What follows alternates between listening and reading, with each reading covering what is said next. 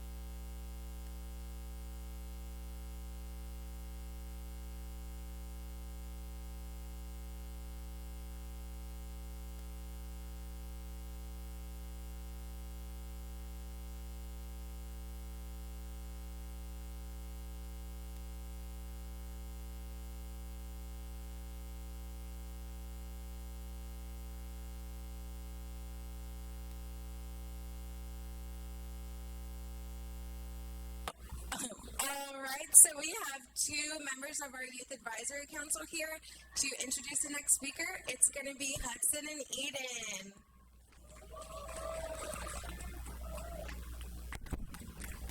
Ladies and gents, look up front at the giant banner, or you will miss the mind-blowing experience. Make some noise for Cheyenne Youth Development. Make some noise!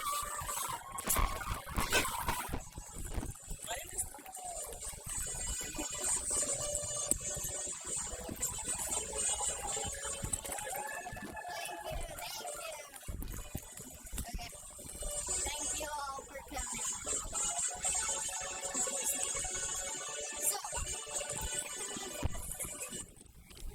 So this is Hudson Cox, and he is going to present Ashton Baker.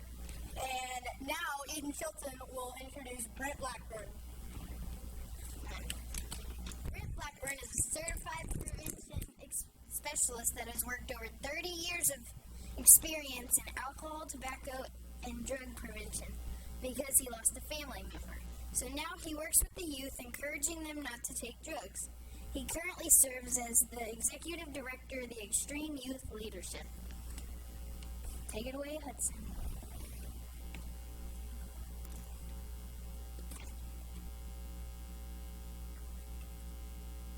Ashton Baker is a 20-year-old college student from Ingleside, Texas. She is currently studying sociology and nursing at Texas State University in San Marcos. Ashton is a longtime volunteer. She has been volunteering with many different programs for about 10 years.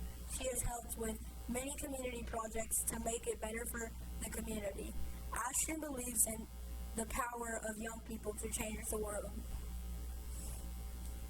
Thank you all.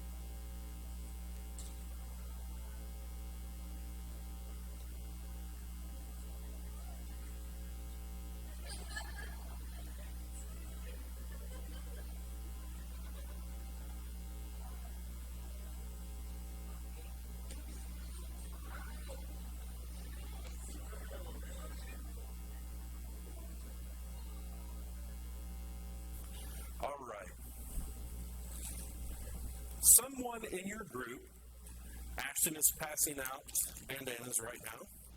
Someone in your group should agree to be blindfolded. Someone in your group should agree to be blindfolded.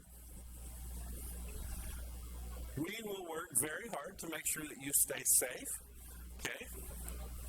No one's going to be messing with you while you're blindfolded. If you would please help make sure your person is actually blindfolded so that they can't, see under the blindfold, those kinds of things. So take just a moment, get everybody blindfolded, and then we'll give you further instructions.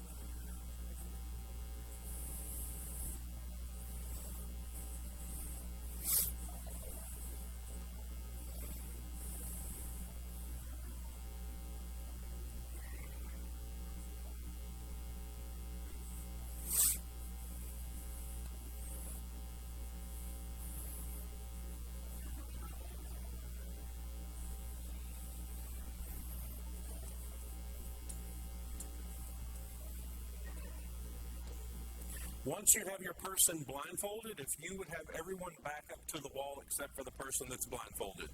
Everybody on your team should back up to the wall.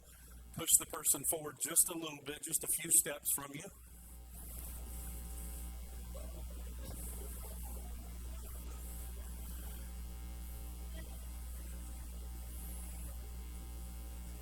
During this activity, you may not use any electronic devices to transmit information. Okay? No electronic devices may be used to transmit information during this activity. Okay? In my hand, I have a ball. I'm going to place this ball somewhere in just a moment. Your job as a group, and you have to stay in place. You cannot move from where you are. You have to keep your back against the wall. You have to guide your person without touching them or anything. You can't speak to them anymore. You have to stay against the wall. You have to guide them to where this is without touching them or transmitting anything to them electronically. Any questions before we begin? Any questions? Can they see? Can they see? All right, cool. You all see right here? Here is the ball. You'll have to guide them there. You have to stay in your place. Go. Only the blindfolded person may move.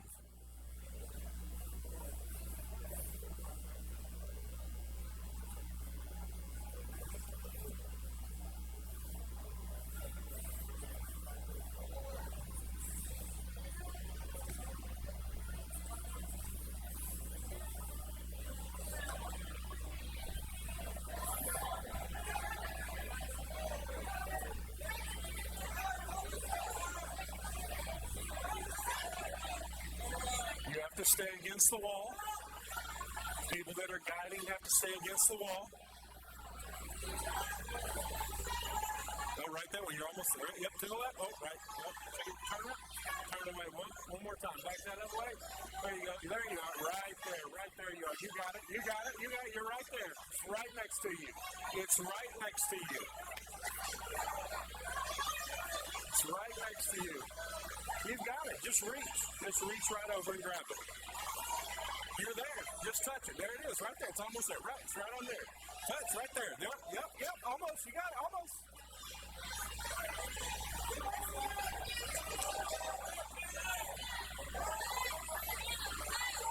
Yep. That's it. Yep. You're there. Yep. Grab it. You're almost.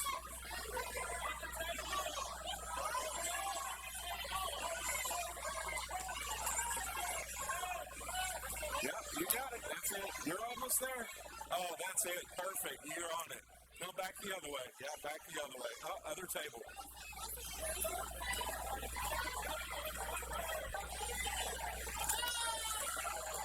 All right, stop. Stop. Take your blindfolds off.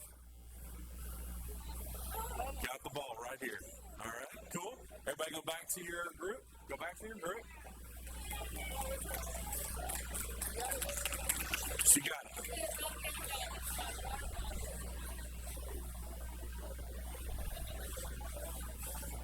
Whoever's water bottle that says I'm going to put the top on.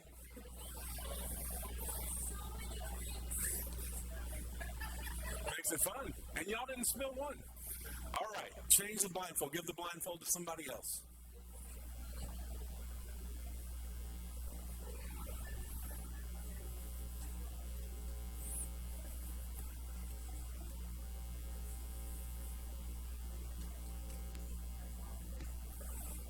Make sure they're blindfolded. Check them.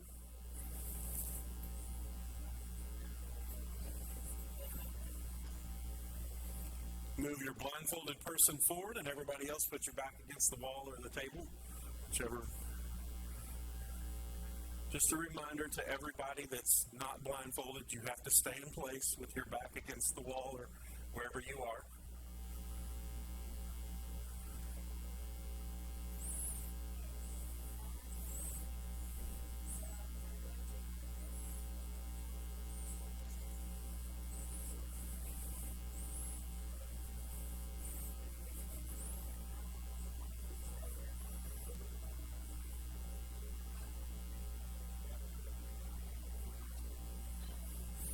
Are we ready over here?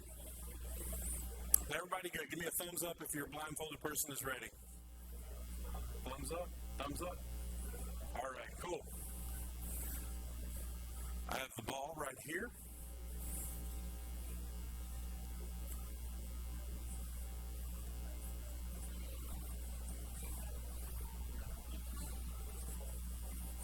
Go. Begin. Begin.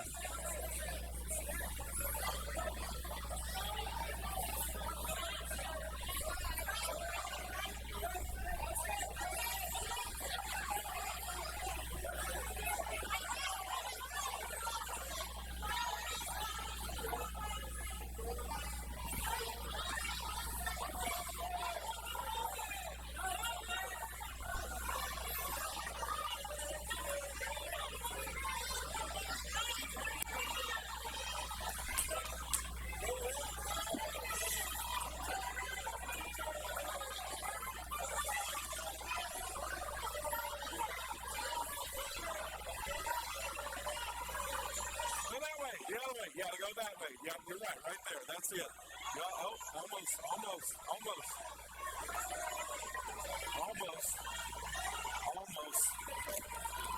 That's just me. Those are drinks. I'm making sure they don't get spilled. Is there a ball here? I don't know. If there's one somewhere, I can tell you that. It's a pink one. It's pink. It's right over there. Yeah, near there. That's it. Right over there. Where'd it go? There it is. Right there. You're almost there. Almost there. That's perfect. That's perfect. That's perfect. Yeah. Oh, yeah. I'll turn around the other way. Yeah, you're almost. That's almost it. Yep. The other way. Yeah, right to the other side. Yep. Left, right. We'll go straight, backwards. Do a circle. Turn around. 3 times. Jump in the air. Woo! Hey! How's it going? You good? You enjoying it? It's cool. Back the other way.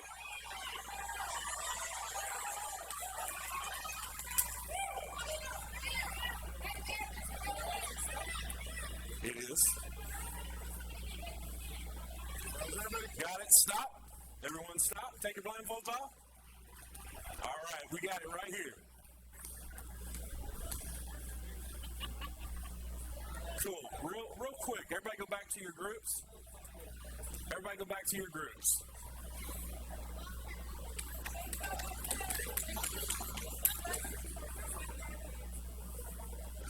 So let me ask a question before we move forward. Let me ask a question before we move forward. Is what we're doing working? Why? Talk in your groups. Why is it not working? And what's something we could do to make it work?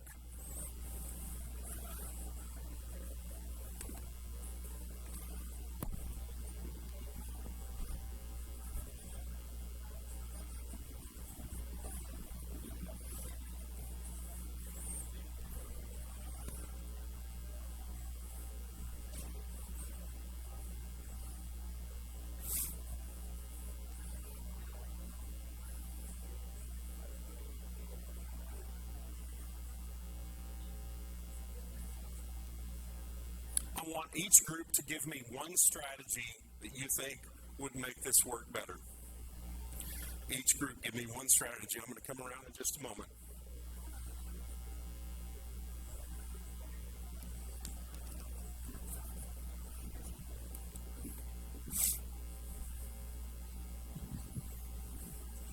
Y'all got one strategy to help make it better?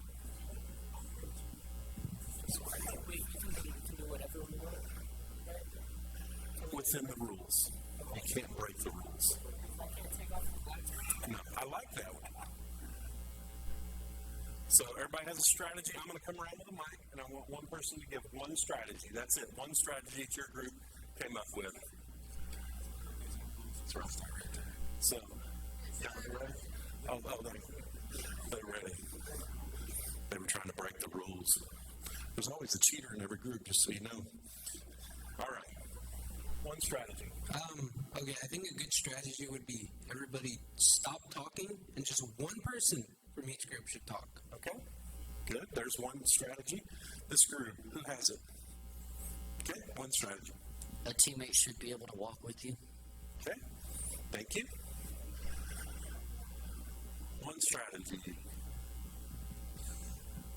We said Jenny's name before we gave her directions, so we always knew we were talking to her. Okay. So say the person's name. Okay.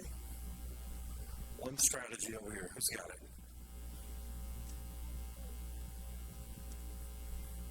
So we said we didn't know that this was a contest, so having literally only one blindfolded person find the ball would achieve the goal. So everybody stop talking except for one. Okay. All right. One strategy over here. That was our thing, just one person at a time, so you have one focus. Okay. Good. This group. One strategy. Who's got it? I don't know if it's a cheating strategy, but we should be able to see the ball and then put the blindfold on and then filter. It's a good idea. It's not going to happen, but it's a good idea. I like it. All right. Who's got it over here? Our strategy was to call out his name and then use code words for it. Okay. So like L, R, like Pablo, L, Pablo, R, or like something like that. Okay, cool. Good. And one more. This better be good. We waited all this time. Who's got it?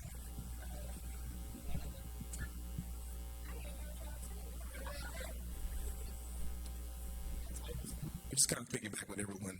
One voice, you have a whole bunch of people screaming out different directions and instructions, so it's tending to get confusing.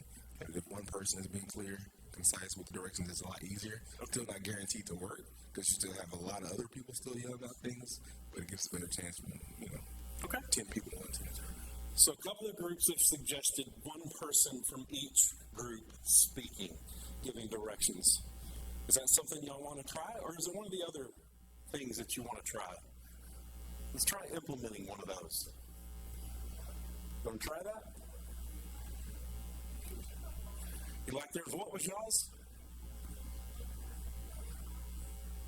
One person from each group talks. Okay.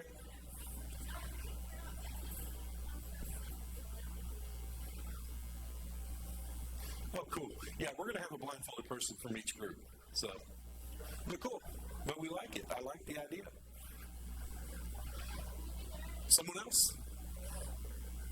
Say that again. Come off the wall. Well, we're going to keep that rule, but thank you for asking. Cool. Anything else? Yeah, it's a good idea. We're not going to do it, but it's a good idea. I do like it. I like the way you're thinking. I do like the way you're thinking. Blindfold someone from your group, please.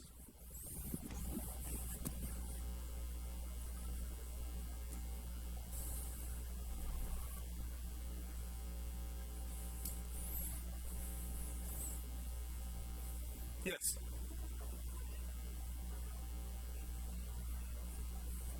If they what? If y'all can lead them to do that, that's up to y'all. But you have to stay where you are. So just remember that.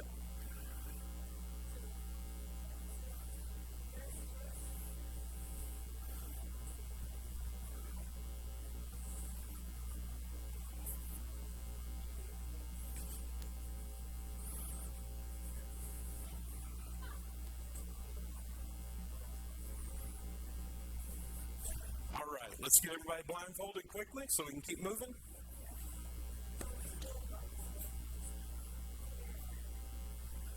Uh-oh. The other way.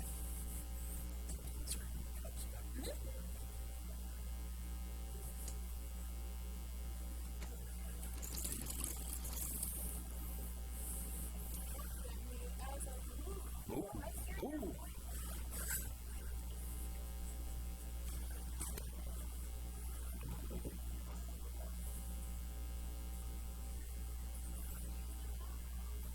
I do. I'm going to change balls up. All right, we got everybody blindfolded? We ready to go?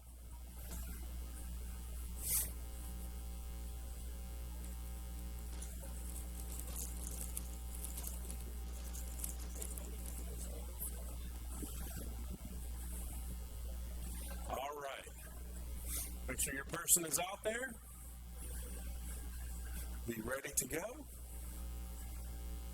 And go.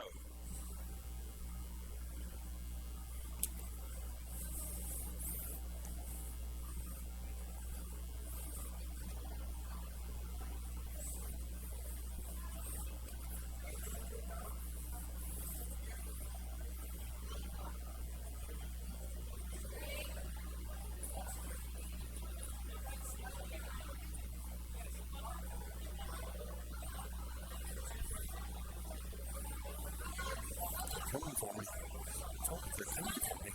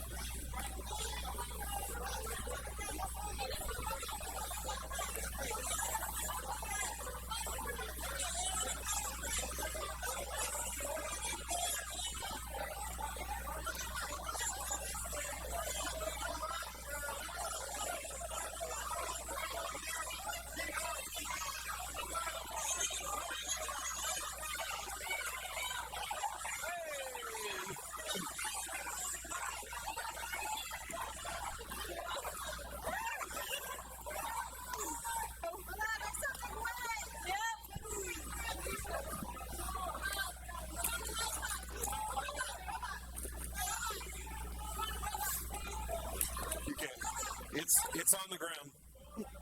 It's on the ground now.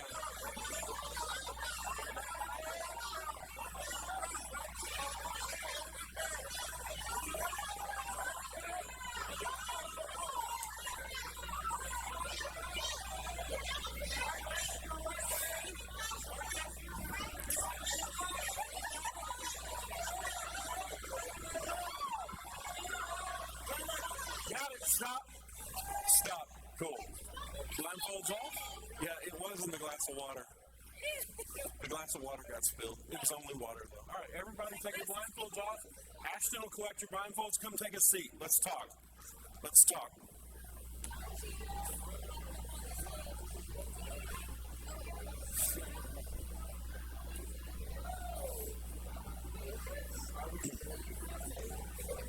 Like that one.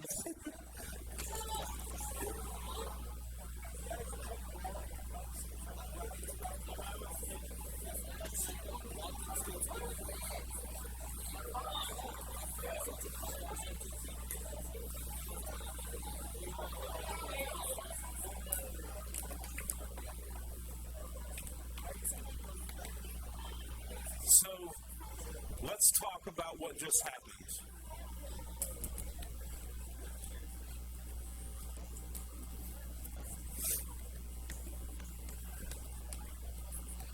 So, I want everybody to hear each other when we're doing this part of the processing so we can learn some lessons from what just happened. So, I'd like for you to give me just an initial thought and observations overall on the activity and its relation or how it's connected to advocacy. Would you please? Yes.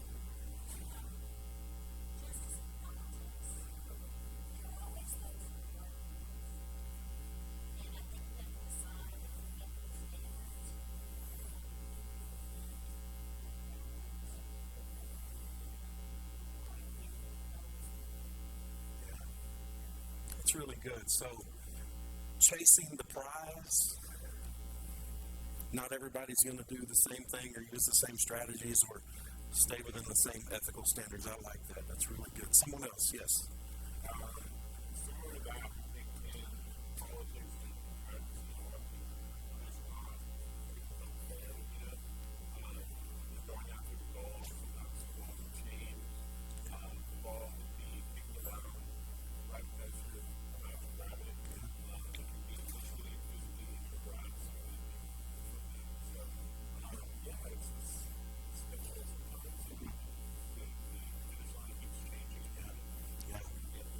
That's good. You do have to adapt. That's really good. Thank you. Yes, right over here, and then I'll come here.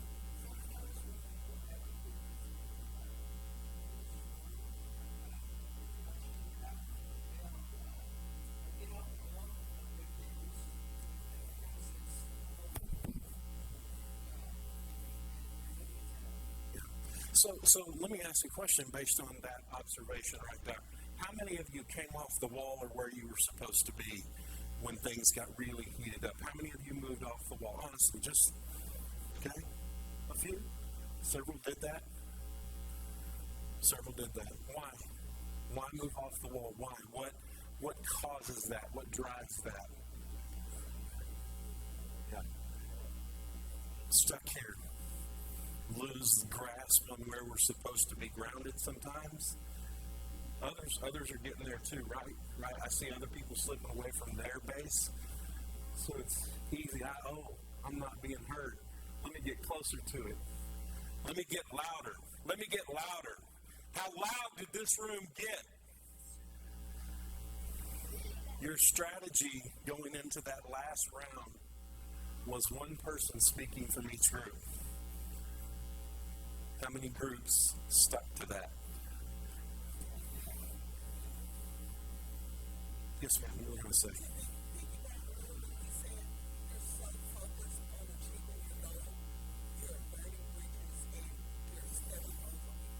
So you'll have a chair here and a person here, and you're so determined to get to that goal. You're knocking the person over. You're not stopping and saying, "Is this a chair or is this a person?" It's a person. That's really good. That's really good. Yeah. No, there's so much in that right there.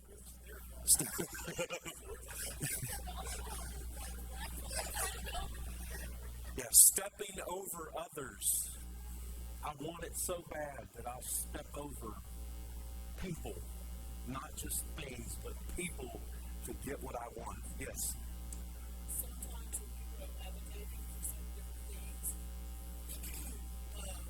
other changes of obstacles begin to interfere or the rules of the game change. So they have to readjust their strategy in order to meet the new goals in a different way. See, you put them all on the table, then you moved it, you were here, then you had your hand walked all around. So they were given directions for where you were now, but then you kept moving. So they have to constantly keep modifying, and go back to the drawing board and figure out that this is not working and try to come up with a new strategy. Yeah. It's going to move. It's going to move.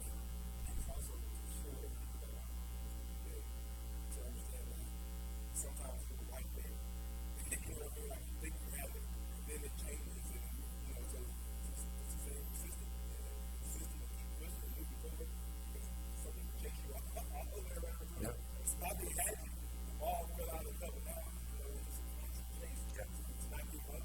Persevere, keep pushing. That's right.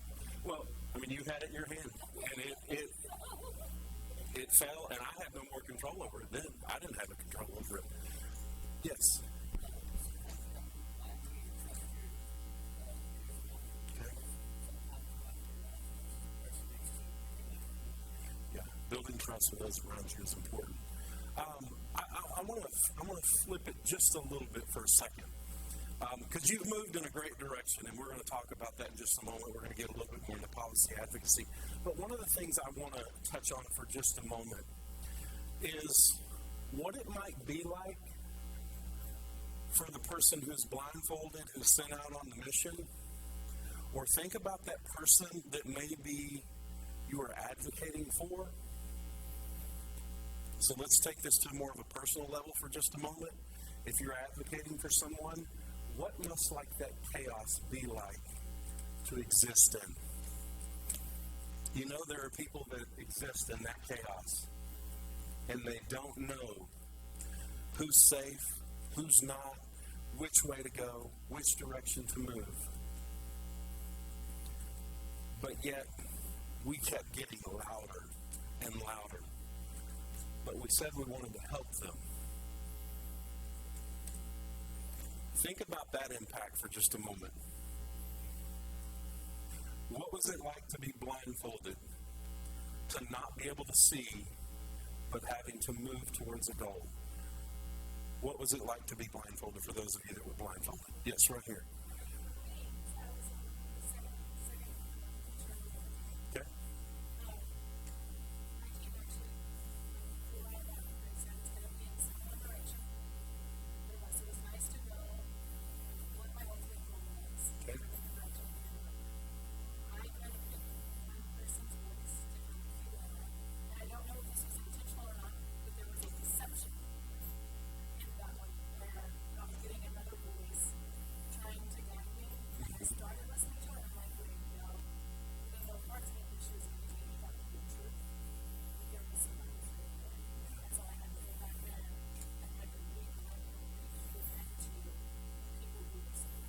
Okay.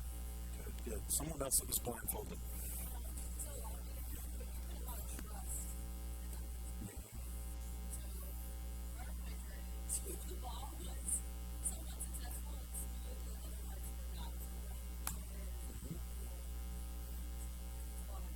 What did it feel like to crash? Just one thought. What's okay? Is it worth it? Do I keep going? Good. Yes.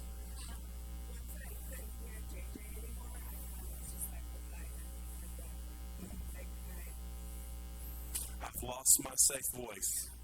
I'll just take a seat or give up.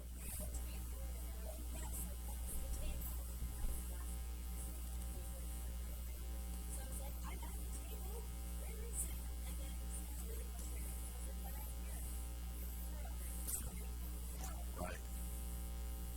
Good. Don't do both. Many times. Anyone else that was blindfolded? Yes.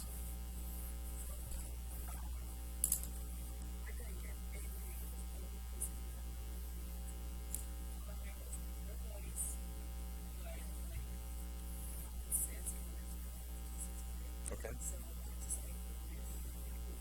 You talking about Ashton? Yeah. Be weary of Ashton. She's. No, I'm just kidding. Good. Yes.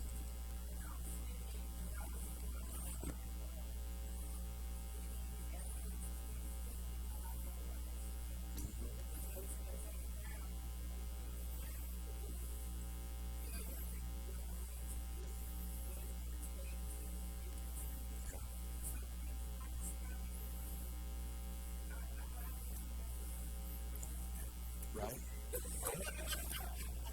Yeah. But willing to go for it. Good. So I just wanted to touch on that for a minute. So let's look real quick at policy advocacy. So actively supporting and engaging others to improve guidelines, rules, laws, ordinances that help to change the conditions that exist in a community for people. So that's a whole nother level of advocacy. There's advocating for people, yourself, but then there's advocating for changing the conditions that exist in communities for people. And that's a whole nother level of advocacy. How do we support? How do we enhance? How do we create policies, laws, conditions that change things for people. A whole nother level of advocacy. I'm going to share a couple of stories with you about advocacy and how we have seen people change things that exist in communities. I'll start with a young lady named Anna Brown. So Anna Brown lived up in the Northeast. I believe it was Maine, actually. And Anna and her friends went out on a weekend to do a cleanup project on one of their roads. Just picking up trash, wanted to help the community look better, wanted to take the things that were on the side of the road and get rid of them. Beautify the community, also limit the dangers to wildlife and other water and other things for the trash that was on the side of the road. Anna and her friends were like 8, 9 years old. Okay, so they were pretty young. As they were gathering the trash, one of the things that they noticed was many of the containers that they were picking up were McDonald's styrofoam containers that held burgers. Now, for many of you in the room, you're too young to remember McDonald's having styrofoam containers for its hamburgers. What do you get hamburgers from McDonald's wrapped in these days? Cardboard and paper. Okay? It's not that they don't have any styrofoam, but all of their burgers are no longer. Anna Brown and her friends are one of the reasons that happened. So they saw all of this trash, and they saw where the trash was coming from. So they identified a source for the problem. McDonald's was one of the sources of that problem. So they went to their town council and asked them to ban styrofoam. These 8 and 9-year-old girls went to their town council and asked them to ban styrofoam. They start looking at the issue. So they were actually able to get them to even look at the issue. Well, it starts to gain some attention. Before you know it, there are lobbyists, there are lawyers involved, including McDonald's corporate sending one of its lawyers to this little town to meet with these young people. Now, I want you to think about that. If you work for McDonald's, you're a lawyer, you're probably highly trained, you're probably very well paid, and they send you to meet with a bunch of 8 and 9-year-olds. It's like, you want me to meet with who? A bunch of 8 and 9-year-olds, because they were serious about seeing things change in their community. So they were able to get their town council to put a ban in on some of the styrofoam that was being used. That began to spread. Other towns saw that. Other towns started to follow and began to change that. So McDonald's began to change that in their whole system. Worldwide, they began to change that in their system. Now, these young people were in part responsible for that. When they went out on that Saturday or that weekend to pick up trash, I bet they weren't thinking, we're going to change the world this weekend. That was probably not what was in their mind. Their minds were probably just, we want to help our town be better. We just want to clean up the roads. We want it to look nicer. We don't want to contaminate the environment around us. Probably all they wanted to do. But because of that effort, they ended up changing the world in a way. Because, when McDonald's starts to make its changes, guess who has to follow? Everybody else. They all got to follow what the big dog does. So the other restaurants have to follow that too. So today, mostly, not all, but mostly, your fast food stores and chains use paper and cardboard to wrap burgers. There are a few things they use styrofoam for, but not as much as they used to. And it was because of these young people who just went out to do a cleanup project. The power of young people to change the world. The power of young people to shift the minds of people. Because they didn't have anything to gain from this other than helping their community. It's very pure. So that's just one story I want to share with you. Ashton, would you share a little bit about some things that have gone on right here in Texas with young people?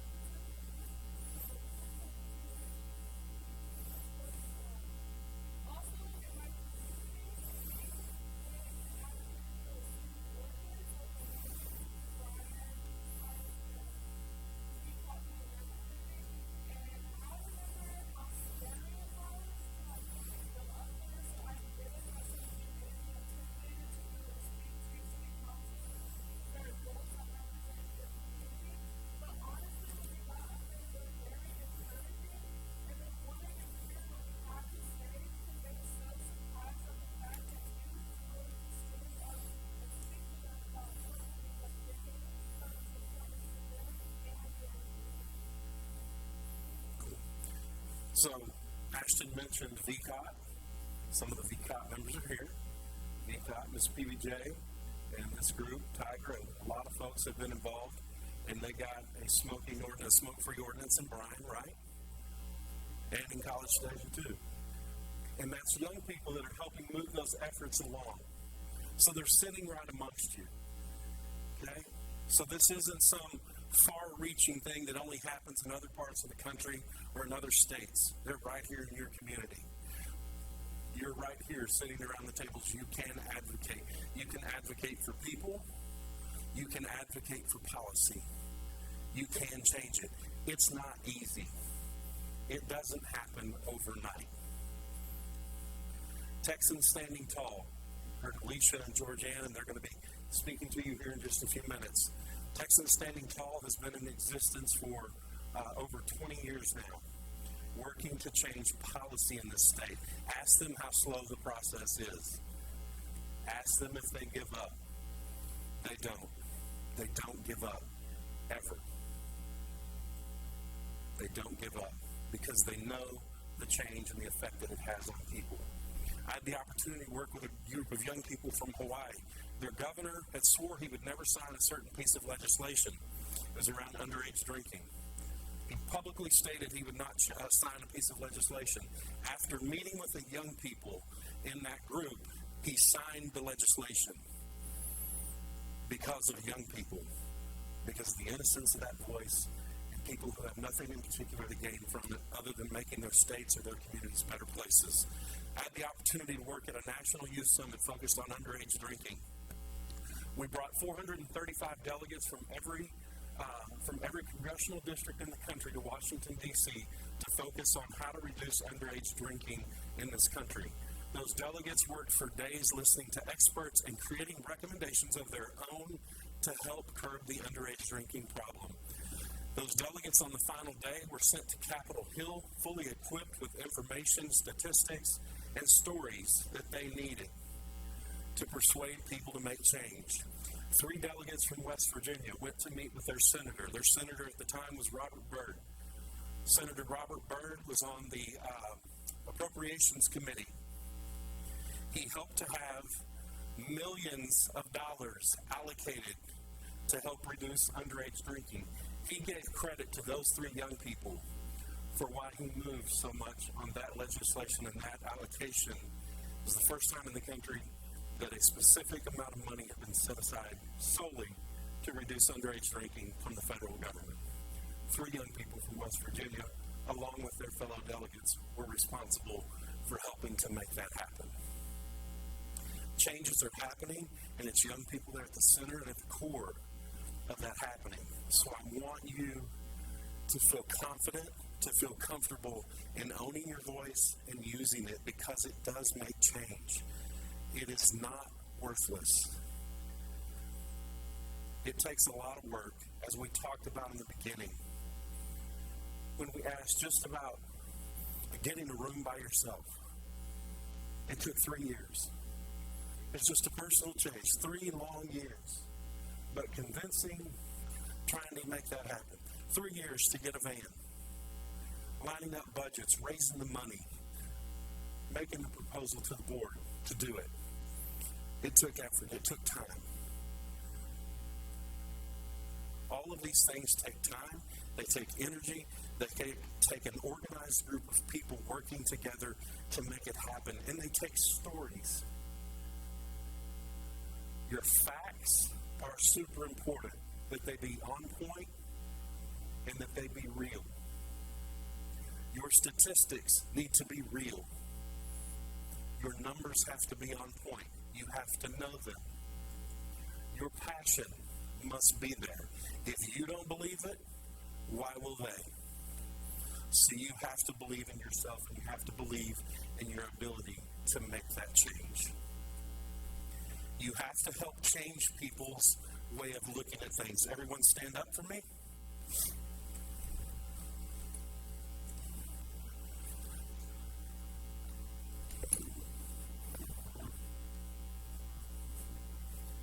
I want you to point to the ceiling.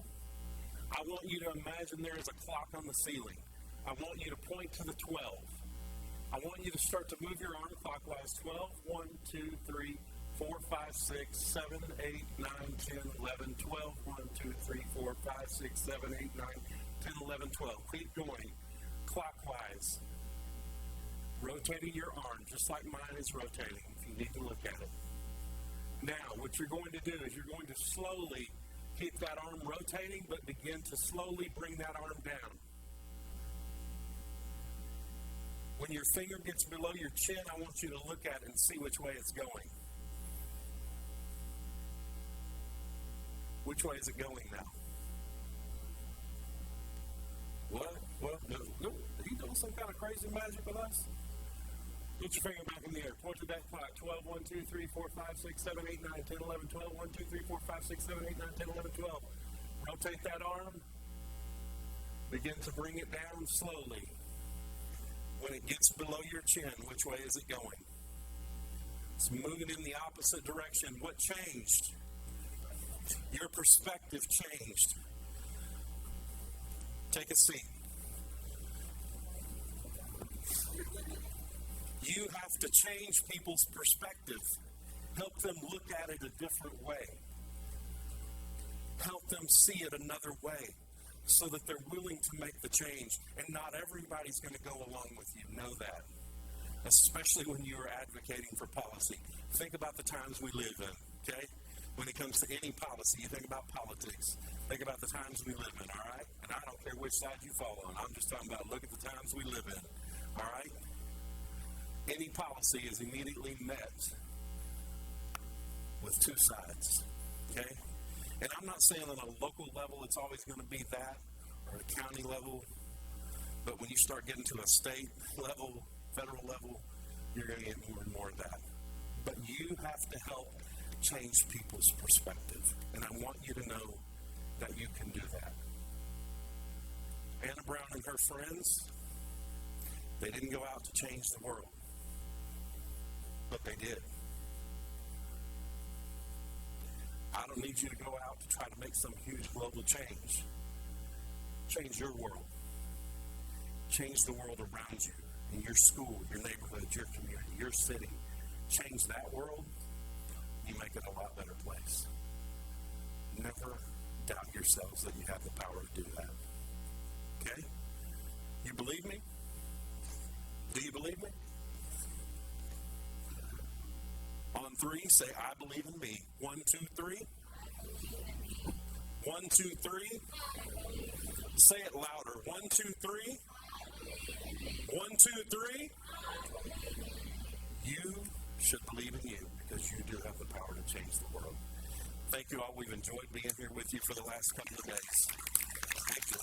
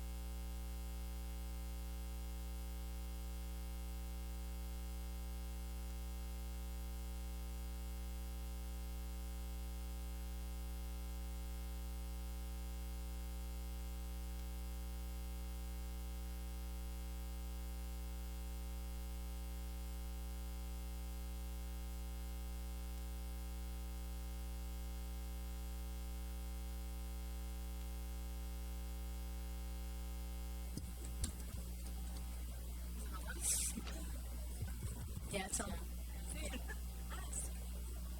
Any info from out of town? Tough crowd. Is it just me or am I saying bad jokes? No? Okay. Thank you.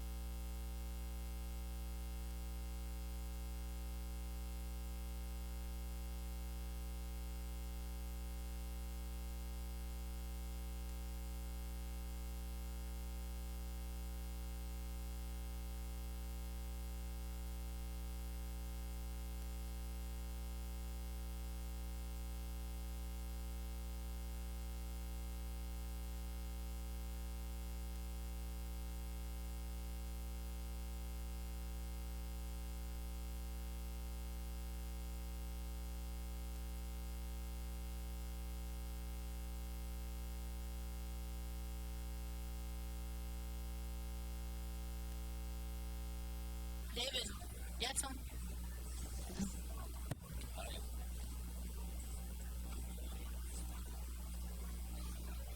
David, David, David.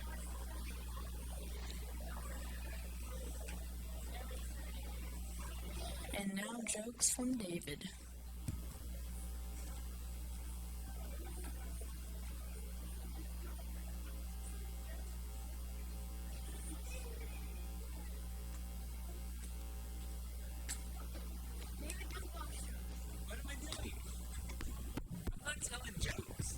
David wants to tell a few jokes.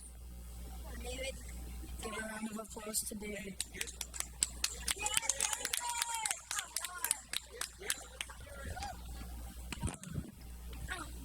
Regular old comedian over here, huh? I don't have jokes. You're the funny guy? Did you hear that joke? What a knee slapper, am I right? no, I mean to tell you. You can't tell me to tell the joke. You gotta say it yourself. Well, Guys, David's nervous, so warm him up. Cheer for him. Get him hyped. Yeah. David, David, David, David. Hey, David, you want to give us a preview of what's to come tonight at the 80s dance?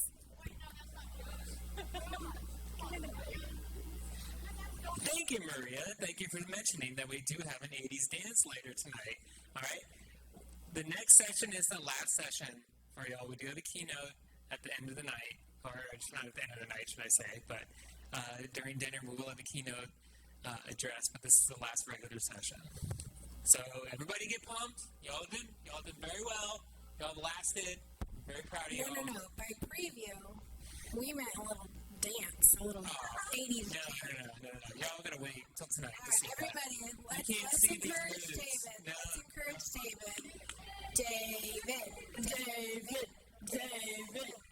Oh, look, he's doing the running man. Oh, wow. That's a good one, Maria. Can we do the... Y'all, she's just yanking David's chain. He's just scared. Come on, David. Don't get called out like that. Gotta prove to everyone here that you're a good dancer. I'm not even lying. It's 2019 and this guy was doing the whipping nay-nay. David. My little sister has a good joke. Hopefully it's not the butt of the joke.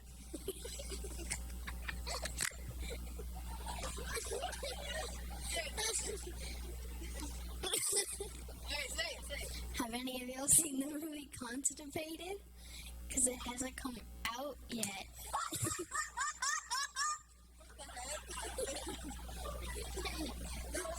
Was that the butt of a joke or what?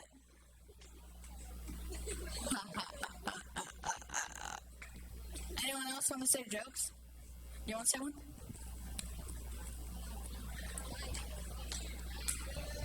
Alright, this is my go-to joke. Ready? Why are there 239 beans in an Irish stew? Because if you added one more, it would be too farty. No, I don't know about you, but I'm not Irish. But that was kind of funny. No, I'm just playing. I'm like 99.9% Irish. That was a wink in case you couldn't see. Anyone else? Tough crowd. Sorry, I didn't have the mic. She's got a joke. Let's do this. What do you call a fake noodle? An imposter! It's so funny. Anyone else? Come on, guys. This kid's got a joke. You got a joke, don't you? It's just aching. You're like, oh, I just want to say that joke. You just want to say it. I just want to say it. Okay, everybody. Get out y'all's phones and start. He's got a joke. I just heard it. He told me he got a joke. Why did the chicken cross the road? What? Tell us! I don't know. He never made it across. Boom! Roasted! Yo, the chicken didn't make it. He got runt over.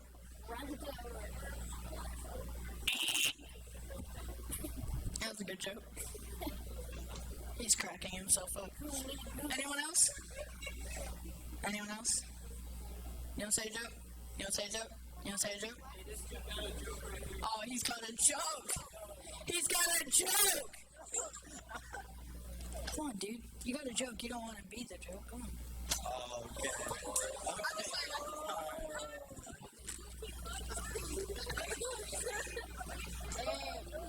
He's got a joke, guys. Your brother is jokes material. You got nothing? Look at his face. What do you call a tall kid who plays tennis? Dayton Paginata.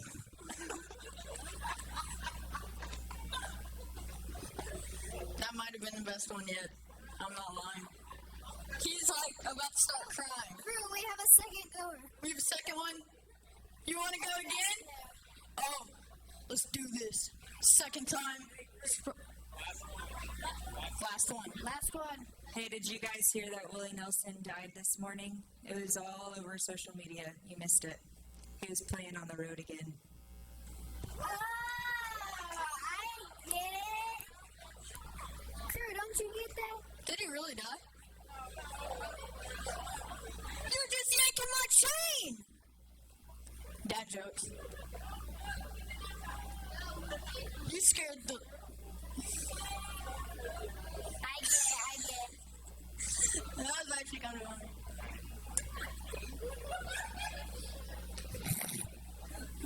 You'll be good. We are being good. We're helping lift the spirits. Who wants a joke? No, we're good. We gotta get started. This joke's probably gonna make you cry, David. I'm okay. You know what happened? You're gonna be like,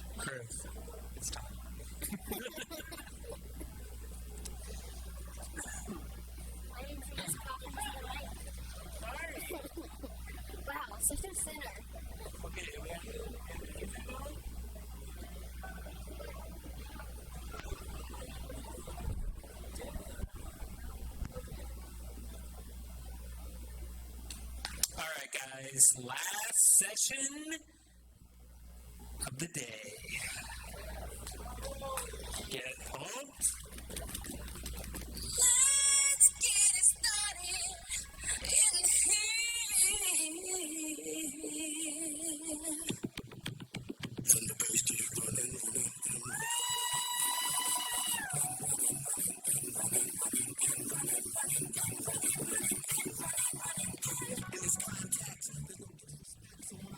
Okay, so my name is Aurelia and I'll be introducing Nick. So Nicholas McDaniel is a senior at Bryan High School. Nick has been in the Youth Leadership Council for a year. He is president of VCOT, a member of the National Honor Society, and a volunteer with Skybreak Church. Nick joined the YLC to learn more information about youth, alcohol, and drug prevention.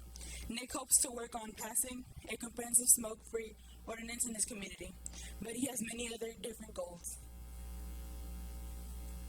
So Alicia was here earlier, but Alicia Roses is the Youth Engagement Specialist at Texans, standing tall in various statewide substance use prevention teams over the past 8 years.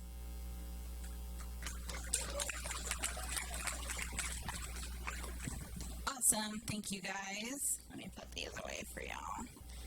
All right. And in a minute, too, I've got some, I know that a lot of people are on break, and I passed out some handouts. But in a little bit, when we do an activity, I'll make sure that everybody gets a handout as well. We had handouts from this morning. These are different handouts. So, like they said, I'm Alicia. This is Nicholas. I work as a youth engagement specialist, so I oversee a program called the Youth Leadership Council, and Nick is one of our Youth Leadership Council members this year, so he represents his community at the state level. And his bio was written in like November, and I've just been using that one over and over again when we go do stuff, so they actually did pass a smoke-free ordinance in their community, so he like achieved his goal for the year, which is super cool. We're going to talk to you guys a little bit today about advocacy and how you can use specific strategies and skills to speak up for a cause that you are passionate about, and then you're going to get to practice. And if you guys attended Brent's breakout session earlier, Extreme Youth Leadership, their breakout session kind of talked a little bit about this stuff, but for those of you guys who weren't in the room, this will definitely be some great information to take notes on and listen to. So, what is advocacy? Who has heard the word advocacy before? Hopefully a lot of people. Awesome. Seeing quite a few hands. That's perfect. So advocacy, does anybody want to take a guess? If you were in Brent's session earlier, I mean, you can totally say what he told us advocacy is, but if you weren't in his session, can I get a hand of somebody who might want to take a guess at what advocacy means?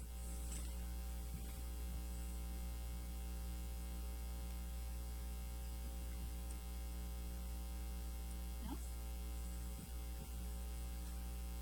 Don't be shy, guys. Shy. Don't be shy. It's okay. Yes. So getting the word out there, that's awesome. Yes, that's a great definition of advocacy. What else? What else might be a good definition of advocacy? Being a voice for others, that's awesome as well. I'll take one more. What is advocacy?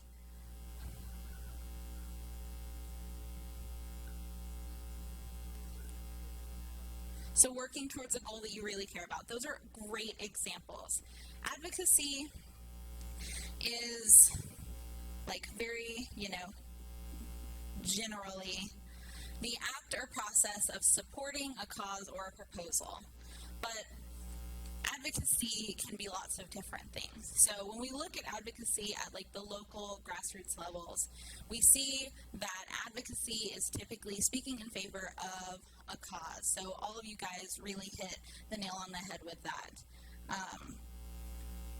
Who here is passionate about making change? I know I asked you guys this earlier, but hopefully you guys still have passion for making change in your community and the state and the nation, around the world. Yes, awesome, perfect.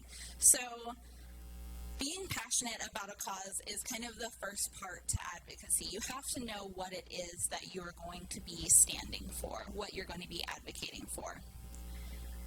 advocacy is defending, vindicating, and upholding certain beliefs that surround a cause. So we'll hear some examples later from Nick, and I'll give some examples as well of some advocacy efforts that have maybe been not so successful, but also efforts that have been extremely successful and what that looks like.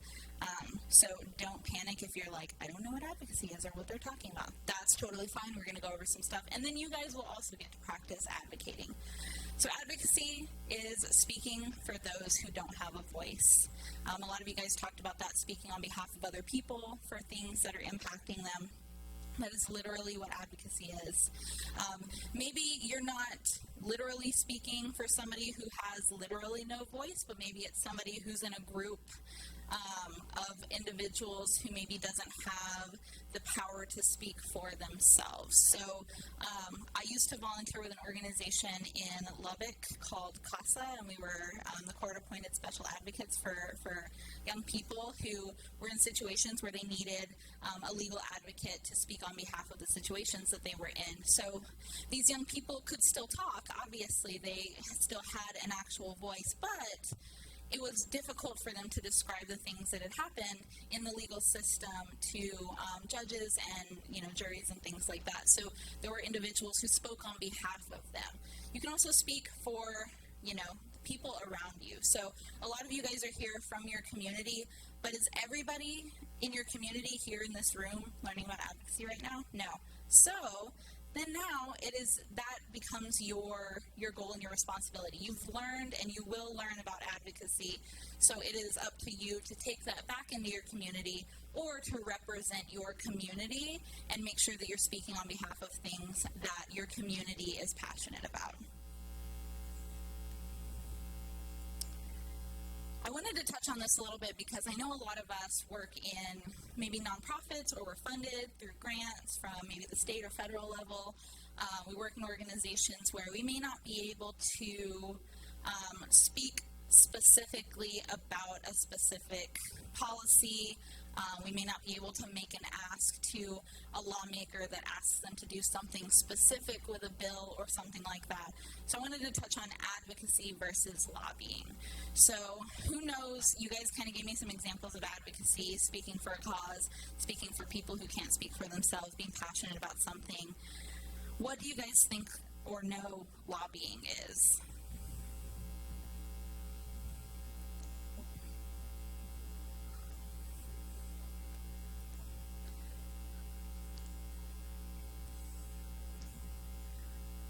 Right, so he said working on a specific type of policy or legislation with lawmakers. So that's pretty much hits that nail on the head as well. Lobbying is when you are making a specific ask that asks somebody to vote a certain way on something specific. So you might say something like,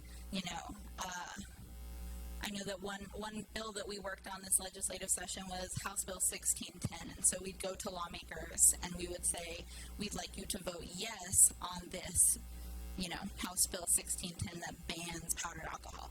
And that was lobbying. If we came in and gave them information about powdered alcohol and said, we are in, we support efforts to reduce underage drinking, and that means, limiting access to products like powdered alcohol. So here's some information about it. They know where you stand, but you're not asking them to vote a specific way on a specific bill. Does that make sense? Yes, and that's it's a pretty big distinction. You'll know if you're advocating versus lobbying, pretty much, if you're making that very specific ask to say we want this vote this way or that way on something specific. So yes, it does have to do a lot with voting on a specific policy. Okay, so I'd like to ask a question. Why do you think you're here today? Can anybody give me an answer, or does anybody want to try and give me an answer? Yeah, you. Right.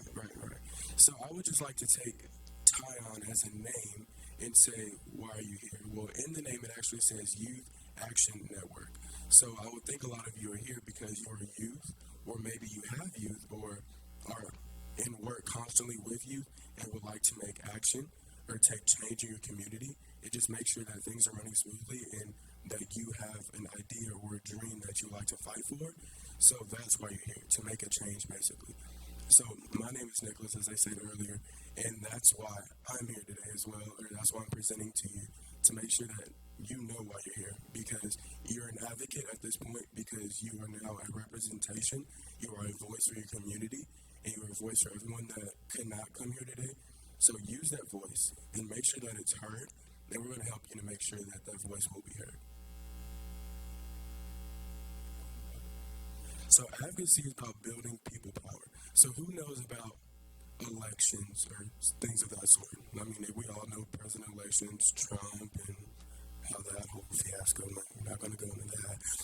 But so with elections, it's all about popularity. How can you get people to persuade, or how can you persuade people to join your cause? So with advocacy, it's kind of the same thing. You're trying to persuade people to think about the cause that you are trying to push forth, and you're getting them with your facts, statistics, your story, and you're bringing them into your base and building a bigger foundation so that your word can be, your message can be heard louder. Because when it's just me talking up here, I mean, of course y'all can hear me, but if we all in here say the same thing 5 times, I bet next door or across the street, they'll probably be like, what are they doing in there? Like, they're kind of crazy, because you can hear a group of people way louder than just one person. So that's about building your base. That's why you want to gain people and gain adherence to your group. Or let's say VCOT, we do a lot of things with advertisement because we like to gain people to our group to make sure that we are still strong. When some people are not able to make it, or some people are able to make it, we just want to make sure that we have the best numbers possible. So I'm sure a lot of the groups in here think the same way as well.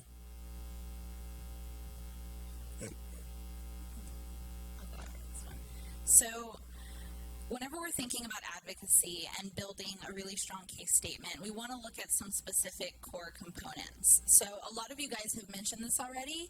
We want to make sure that the thing that we're advocating for is a valuable cause.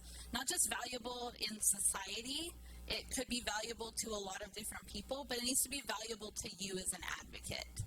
You as an individual who is going out and advocating for some type of change in your community, in your state, needs to believe and be invested in that specific cause. If I went and talked to a lawmaker and I was talking about a cause that I wasn't 100% on board with, or I didn't know a lot about, or I didn't really have a connection to it in some way, shape, or form, it may come across as though it is not valuable to me, or I am not really passionate about it. So finding a cause that is valuable and that you're passionate about. So your facts. Your facts will be the things that really draw people in, because we live in a very logical world now. So you can't really get people by just saying, hey, join me. I mean, it doesn't really work that way. So you have to make sure that you're advertising and promoting the cause that you're fighting for. So in my case, I wanted to fight for reducing smoking rates in Texas. So whenever I would talk to someone, I would say, did you know 77 Texans die a day? That's more of a pull instinct, because it's a logistic, it's a statistic. So therefore, it's something that can be shaken. It's actually a fact. It was found, proven in scientific research. So therefore, how can you go against it? And then when you take that fact and tweak it to something that's really close to you, like one of those 77 was my uncle. But not necessarily, but if that was somebody's story, then that's how you can use that to bring more people to your base and make your message stronger and clearer. Next is about collaboration. So how many of you guys came here by yourself? You're attending this event by yourself, like 1 or 2 people total. How many of you guys know somebody in your community or where you work that is passionate about the same cause as you? Maybe it's a school group, maybe it's a teacher, maybe it's your coworker, maybe you're part of a volunteer organization in your community. This is where collaboration really comes into play. So whenever you are passionate about a cause and you have some facts to back it up, you need to make sure that you have a really strong backing of support in your community, in your school, across your state, of people who are also going to be on board with the same cause. It would have been really difficult, because I know this from experience, it would have been difficult to have that smoke-free ordinance passed in Bryan if a group of youth wasn't constantly going to the city council meetings and saying, we would really like this ordinance passed, we have facts to back it up, and they attended regularly, and they showed up in a group every time. Probably, and I know we did this as well when I lived in Lubbock, we were looking to pass a smoke-free indoor air ordinance as well, and it was kind of just me and one of my friends. And it didn't look like our cause had a lot of support because there were so few of us who were backing it. So we brought in business owners of people who had businesses that were thriving and that were smoke-free. We brought in people who worked in establishments who had experienced the secondhand smoke exposure and had testimony. And so we were able to build our backing for something we wanted to see change because we were able to collaborate with people in the community that were also passionate about the same cause. And then, last but not least, we want to make sure we have a key message. This key message, you guys will get to practice it later. You guys will get to develop your own. But the key message is something that you want the person to take away whenever you have talked to them about what it is that you're passionate about. A lot of times, and I know this again from experience, you can get very excited about something that you're talking about. And when you leave the other person, they're like, she told me a bunch of information. I don't know what she wanted from me. She just has given me many excited words and has left me with a handout, and I don't know what it is that she wants me to do.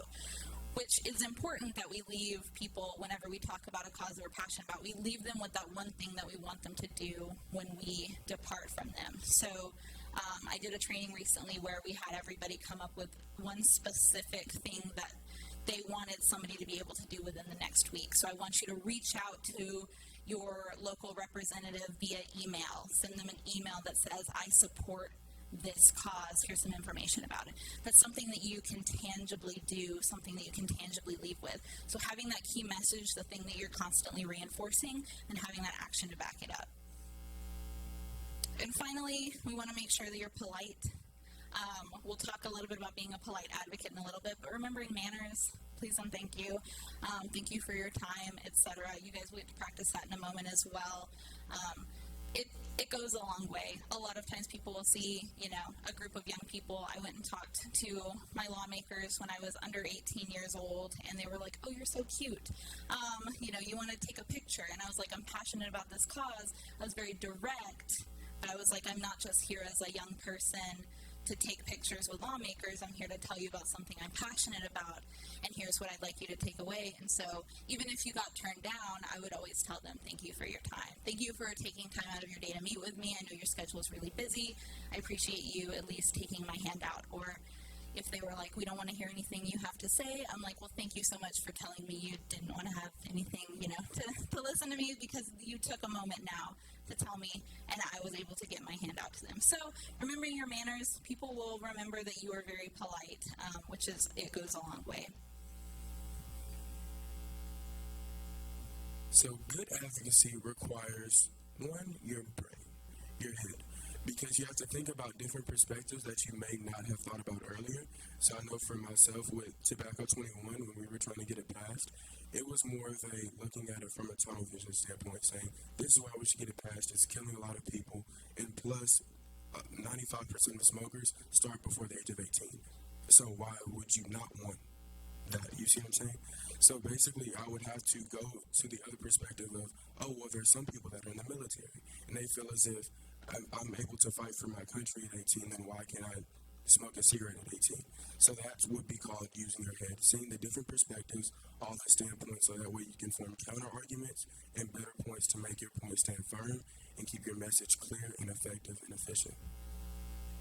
Then your heart.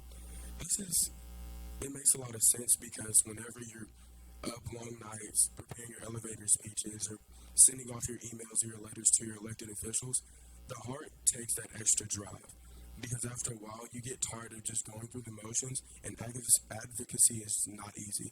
It's not just one of those things that you just do and you're done with it. No, it's actually a constant move of work and really hard labor.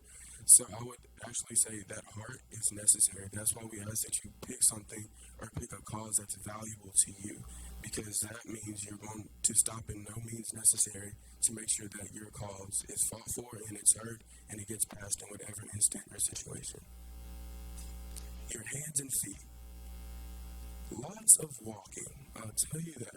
It is lots of walking. Going to the Capitol and speaking to your House of Representatives, which is all the way on this side of the building, and then running over because you have a meeting in 5 minutes, but you know it's going to take you like 30 to get over there because you're going to get lost. You have to go to the restroom, you have to get some water, and then you want to snap at the Capitol Grill because it smells good. But you can't necessarily do that because your hands and your feet are necessary in advocacy work. So you have to make sure, I would say, you don't always have to be in shape, but it helps. It helps. Because I know for me, I'm panting and bent over, tired, and they're like, Nicholas, we have to go. And I'm like, why? I mean, I'm breathing heavy, I'm sweating, I can't go in there sweating like this, but that's just all a part of advocacy. I mean, it's one thing I learned in my church is brutal. Like, not beautiful, not brutal, but brutal. Because in the end, it turns out to be something beautiful and amazing, but the hard work that's involved in all of it kind of sucks a little bit. Awesome. So we're going to look at groups of individuals that you might know in your community, areas that you can start to begin making advocacy happen. So the first group that we want to look at is your group of peers. Peers, your peer group. If you guys were in high school and college, it's the people that are students with you. If you are an adult, maybe it's your coworkers. It's the system of people that are around you all of the time. You can start there to start honing your advocacy skills. So you might, after today's session, when you have some time to practice with each other, you might take your case statement and go back home and practice or talk about it to somebody that is around you all the time. You might have connections to these people in things like volunteer organizations, if you're in a coalition, again, if you're in school, your place of worship, at work, lots of other places. We heard about this earlier as well. We need to make sure that we are effectively collaborating. Youth and adult partnerships are extremely important. And so if you're a young person, talking to adults and practicing your skills with adults is really, really helpful because adults can give that additional perspective of being an adult, and adults as well, talking to youth about the cause that you're passionate about. A lot of times the causes that I work on directly impact youth, and I want to make sure that whenever I'm talking about a specific cause, that I've had youth input in what it is that we're talking about and that we're passionate about. So working with the adults, youth, if you are a young person looking to an adult, if you're an adult looking to young people, to collaborate. And last but not least, we want to look at officials. So these are people that are in positions of power that can make changes occur in your community. You may not think that maybe the teachers in your school have power to do something, but you know, the school board, you have principals and superintendents, you have counselors, and then there are people in your community that make laws and policies as well. I was at a conference recently and someone said that they wanted to look at their school's policy, specifically their enforcement of like tobacco and alcohol, like possession on the school campus, because there's like a zero tolerance policy in the state of Texas, but some schools are not enforcing it, and they were like, we think it's starting with a specific population of teachers that are like turning a blind eye. We were like, okay, so it may be other teachers that can help you get this change to occur. It might be somebody on your school board. So even though you may feel like certain people don't have power to make policy change, you can start as small as a school policy or a neighborhood policy, and you can make it as big as, you know, at the state and national level, talking to your representatives and your senators. Does anybody have any questions about these populations of individuals? Perfect. So preparation really is key whenever you're looking at advocacy. That's why we're going to do an activity in a little bit, because we're going to prepare you guys to have a solid case statement to practice with other people. So this quote here, some of you guys may not be able to read it. It says, "Give me 6 hours to chop down a tree, and I'll spend the first 4 sharpening the axe." And that was Abraham Lincoln that said that. So you want to make sure, that you are preparing for being able to advocate effectively. When you go and talk to somebody who is in a position to make change occur, you want to know who they are. You want to know what it is that they're passionate about. You want to know things that they've worked on before in this area or in opposition to this area. We had a lot of experience with this during this legislative session. We had to go and find and make sure that the individuals we were talking to, we knew if they supported specific things or not. Are they, do they own they own a share of a brewery, and so us talking to them about underage drinking prevention, they may turn off a little bit because they're like, well, I have monetary investment in the alcohol industry or something like that. And so you have to know these things about your decision makers. Do they have kids? If they have kids, then you can use that to your advantage to talk about why it's important that you're creating healthier and safer environments for them and their kids. Things like that. Give the facts. Nick talked about this earlier. It's really important. I'll let him talk a little bit about that as well. So the facts are extremely important because whenever you talk to your elected officials, we have to realize that they are on a time schedule just like we are. So whenever I went to Austin, to our capital, to actually talk to our elected officials, we had to set up our meetings, and sometimes we wouldn't even go to the meetings with our actual officials. They would be their staffers.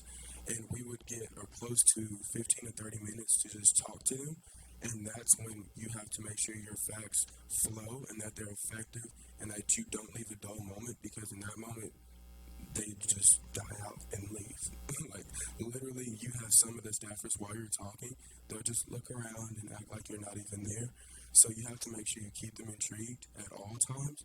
So that's strategically placing facts and statistics in certain places to make sure you don't lose them. So I would take some of the weaker ones and then put those at the beginning, or start off really strong, then get a little weaker, and then boom, catch them back up. And that's when you can shake their hand and say, I'm glad I got to meet with you, may I get a picture with you, or something like that, just to make sure that all the facts are actually still engraved in their brain and that you make sure you left an impression. And telling the story, okay, so I'm not going to get up here and tell a story, sadly, but the story that we would like everyone in here to tell is your own.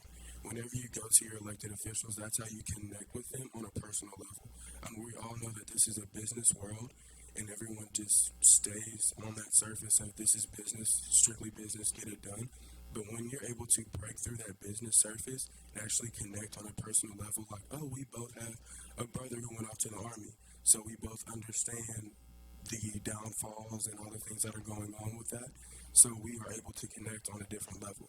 Therefore, I understand you, you understand me, and we can possibly work together, and you can hear me better, and you can hear me, my point, my perspective, where I'm coming from, and you don't just tune me out because, oh, you don't care.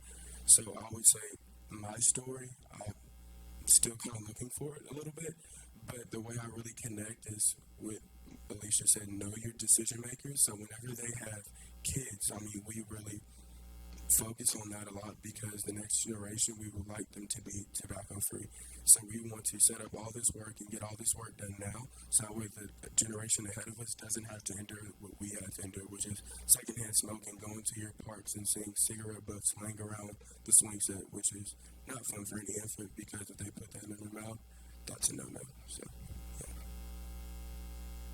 You also want to make sure you have a plan to follow up with your decision makers. So a lot of times this can be in the way that you phrase the very end of your conversation with somebody and say, hey, can I get some information from you so I can contact you? You should expect to have a phone call, or an email from me within the next week.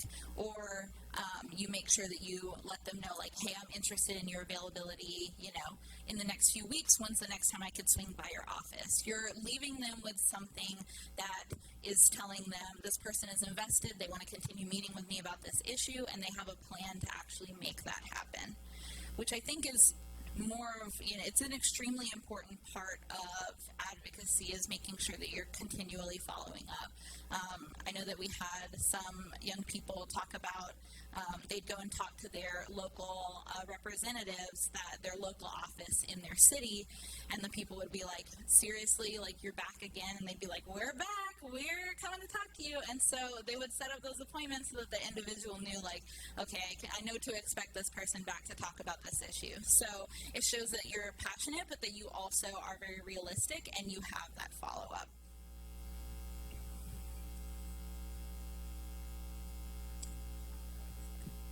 So communicating the problem. Whenever you want to have a project planned out or something, that a vision that you have to have a problem that sets it off in the first place. So the problem that I saw in my community was litters and cigarette butts that were littering all over our parking lots, all over our parks. So that was the problem, and I set out to tell people that this is why cigarettes are bad. This is why cigarettes have no place in this generation, have no place in this world, because they are harming our pets, our infants, everyone that are going to parks and everyone that are going to our parking lots are seeing this and witnessing this. That would be an explanation or an example of telling the problem. Then you have the explain. So that would be explaining how it got there or what's going on. So you can say, well, 18-year-olds are able to buy cigarettes. I mean, thank God they're not now. But 18-year-olds are able to buy cigarettes. So they go to the parks, they go with their friends, and then boom, you have cigarette butts littered next to swing sets.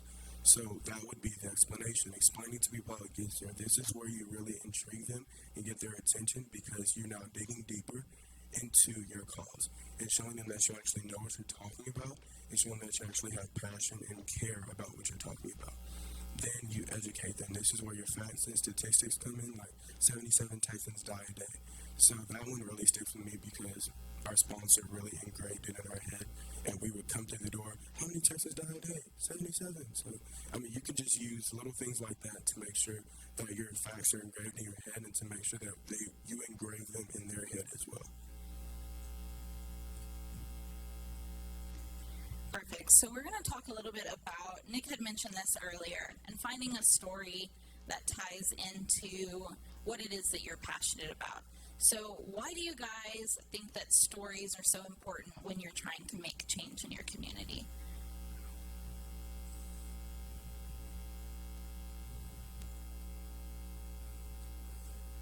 They resonate with people, so you're relatable. Emotion, what else? You have one?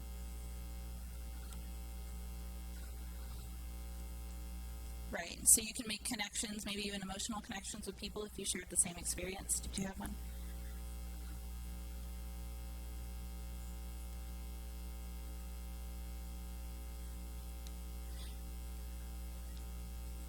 Right, so she said that if you tell a story, it can disarm an individual who may have a really strong standpoint on something to bring it back to like the reality that this occurred. So it can change someone's perspective. That's awesome. I'm glad that we're like coming full circle with a lot of this stuff. That means you guys are learning. So it helps to put a face to the data. That's really important. Numbers can be overwhelming, but when you say, you know, I am one of the X% of people who is impacted by secondhand smoke exposure in my home. And so this is important that we change this policy because this occurred to me and et cetera. Yes, that is a great example as well. Why else are stories important?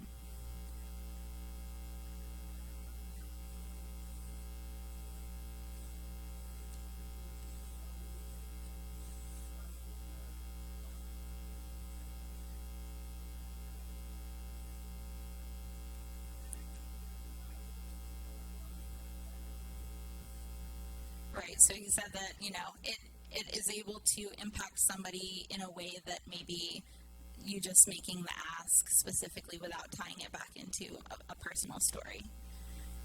Yes.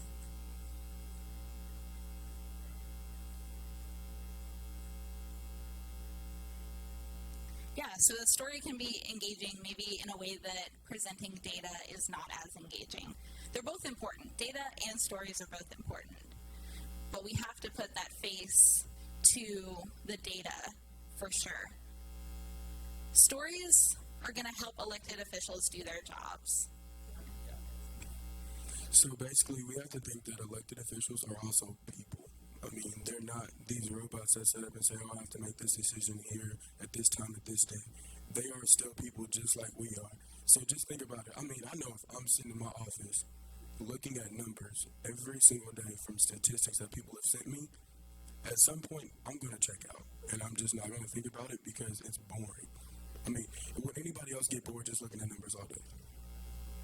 Thank you. I mean, so they would likely get bored as well. So we have to think of different ways to connect with them and different ways to make sure that we can bring them back to reality and bring them out of their work zone and their work mindset. And that is your story. So telling them something that they can get interested in and telling them something that they can actually be a part of, which is, how can I change that for you? How can I make sure that your grandma never has to face that again? So, or nobody else's grandmother has to die from lung cancer. So those are the things that we use to make sure that our elected officials realize why we were coming up there, and that we're not just any other person, and to make sure that we are remembered and that we're not here to just leave. We're actually here to stay. So when we think about stories, we want to look at something that's really impactful. We don't want to come in and tell, I know that my name tag says, ask me about my life story. That was a joke. But you don't want to come in and literally tell somebody your life story. You don't want to tell somebody your friend's life story and your boyfriend's life story, and then you're like, and those were a lot of stories, and I hope that you have left with something important, and they're like, we have no idea what just happened. You want to make sure that you have a very specific example, a very specific story that you can tell that backs up some of that data that you have. So if you do have data that is representative of something that has impacted you or somebody around you, then that's a great way that you can tie in one or two really intentional stories that will kind of make that connection.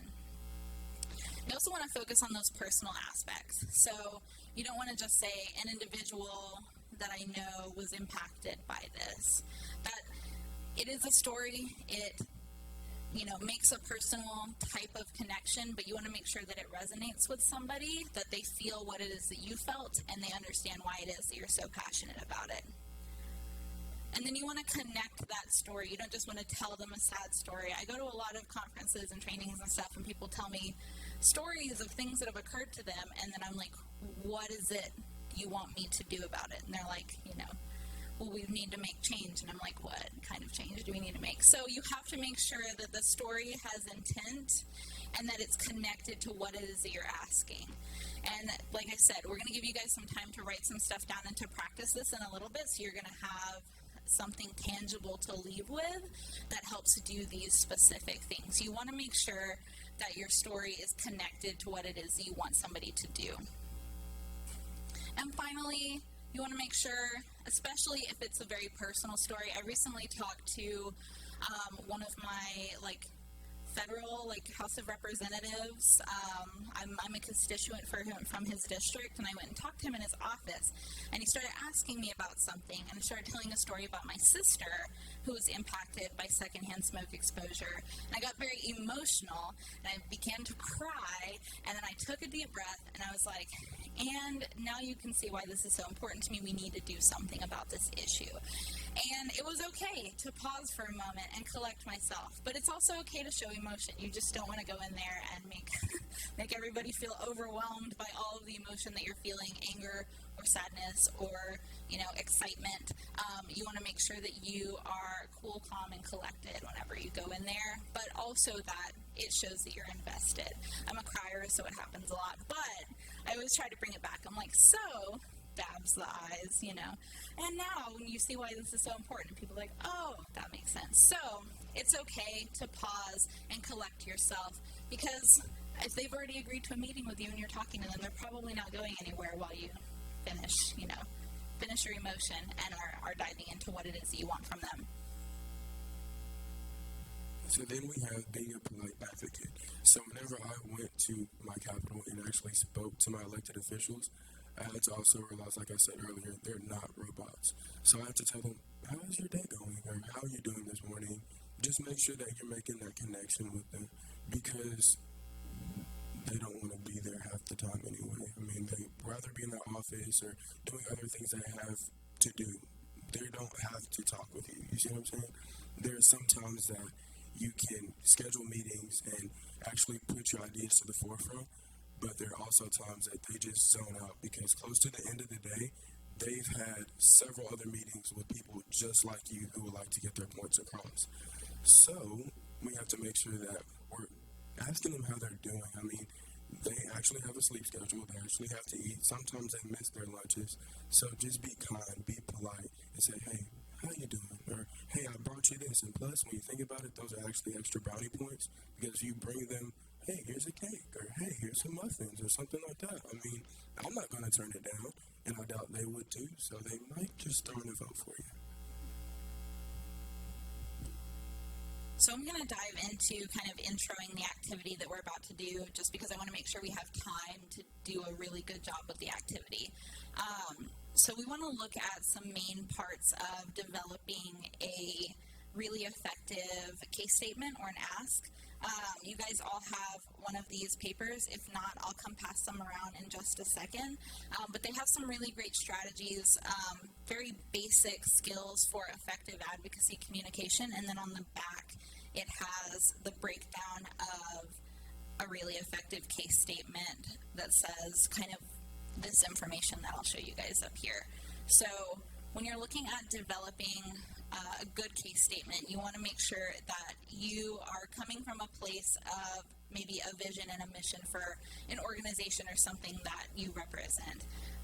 Our organization's mission and vision, I kind of have it like in my back pocket at all times. So our vision is to make alcohol, tobacco, and other drugs irrelevant in the lives of youth, and our mission is to create healthier and safer communities in Texas. And so because I know that, I'm able to use that to develop and to tweak my ask in different ways to make those stories effective and things like that.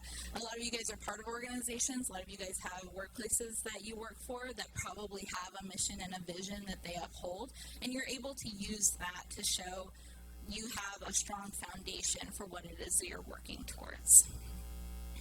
You also want to make sure that you know what it is. If you don't, I didn't know mine off the top of my head. I know it mostly, but we're changing our name and it's a whole thing anyway. So some things have changed since I started working for my organization. So I had it in my notes. If I needed to, I'd have it on a note card. I want to make sure that I knew what it was and knew that it was on me somewhere. So if somebody did say, well, why are you passionate about this? I could say, well, I'm in the business of creating healthier and safer communities because we want to make alcohol, tobacco, and other drugs relevant in the lives of youth. So we have to do this thing or whatever it is. So knowing that and knowing that you have it somewhere that you can reference to, even if you don't know it right off the top of your head, is really helpful. Also, it needs to be pretty short. It needs to be something that you can convey to somebody in about 10 to 30 seconds. Think about, because a lot of times these are called elevator speeches. You're in a ride on an elevator. I've literally done this before. It was a lot of fun. You get on an elevator and you're like, hey, random person, can I tell you about this thing that I am passionate about? And maybe leave you with something. And you're able to tell them what it is that you want them to know, plug that story, and then make that ask. And then the elevator door opens and you're like, have a fantastic day. So it needs to be pretty short. Like I said, I've done this before in actual elevators in the Texas Capitol building. It was very interesting. People were taking the stairs because they were like, we're going to run into those kids that are talking about why we should do these things. And I was like, that's fine. Exercise. But also come into the elevator with us. We're going to tell you something awesome. So it was really cool. But it gave us a lot of practice in making our spiel really concise. We also want to make sure that anything that we're talking about is meaningful, not only to us, but we're making it meaningful to other people. We want to make sure that people understand that we're passionate about something, but we want them to also feel passionate about something as well. So maybe somebody's interest is not, specifically substance use prevention.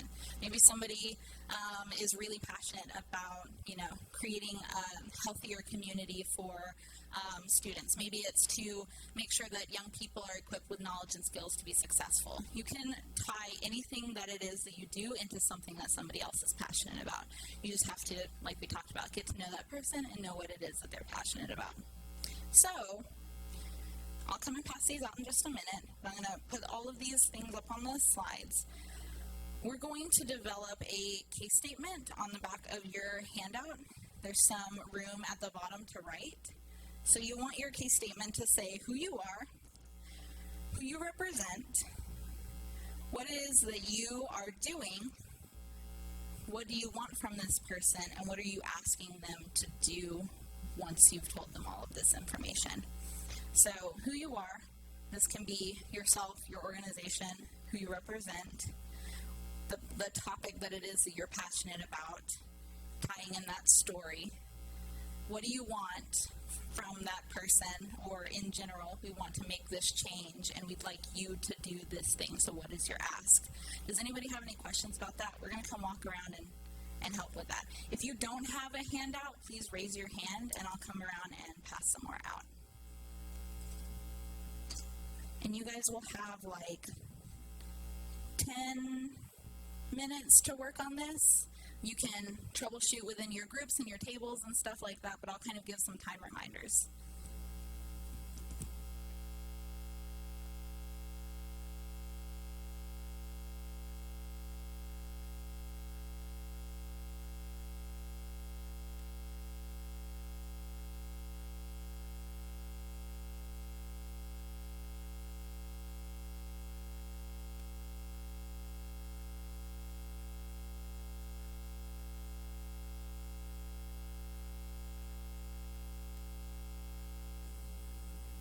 I also have pens in case somebody needs a pen to write with and doesn't want to write with a colored pencil. I can come around and bring some pens around in just a second.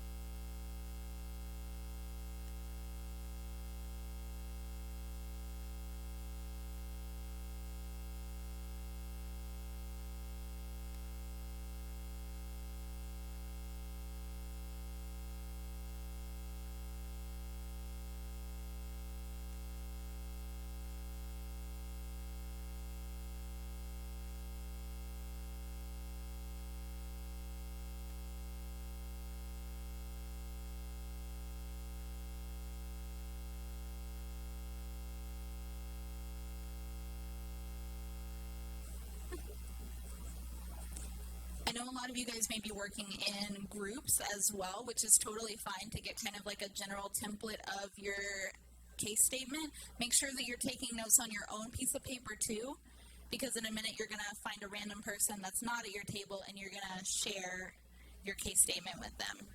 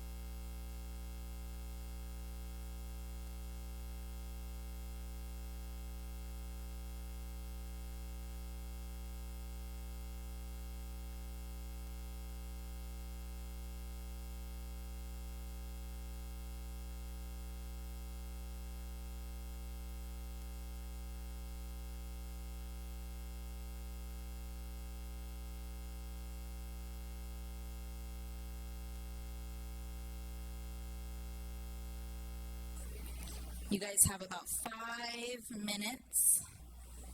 5 minutes to wrap up writing down who you are, who you represent, what are you doing, what do you want, what is your ask.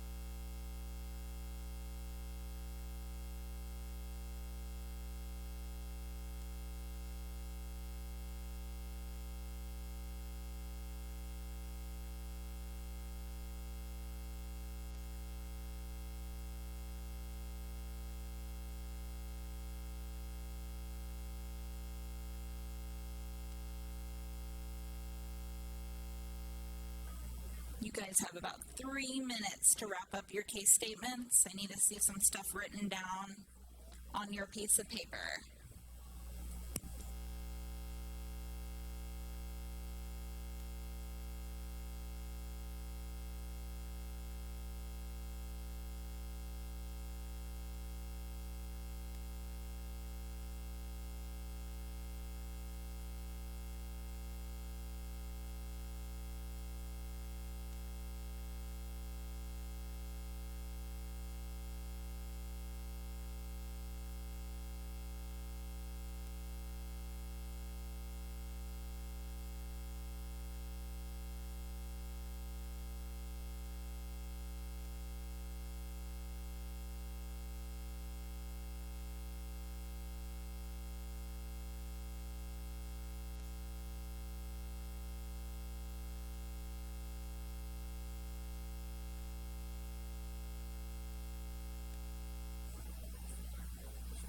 guys have about a minute and a half to finish writing.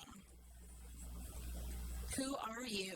What do you represent? Who do you represent? What are you trying to do? What do you want from somebody? What are you asking them to do for you?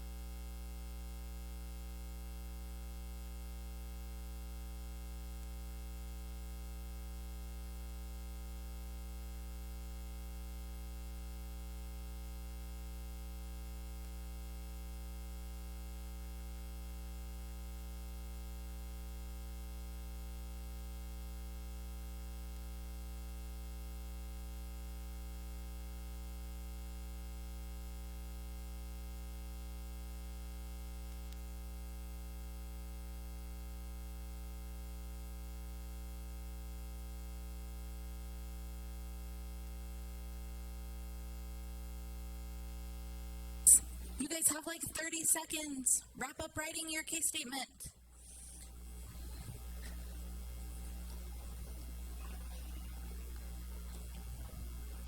It looks like there are snacks.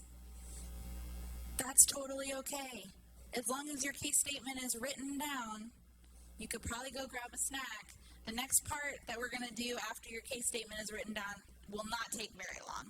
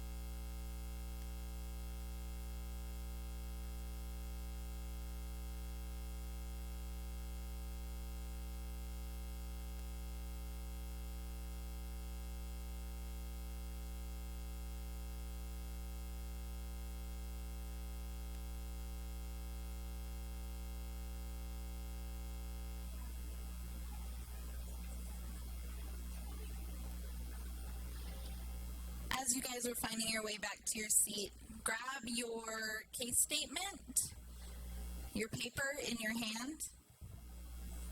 I wish I had an example. Grab your paper in your hand, and go find a random person that you have not talked to / have barely met these past couple of days.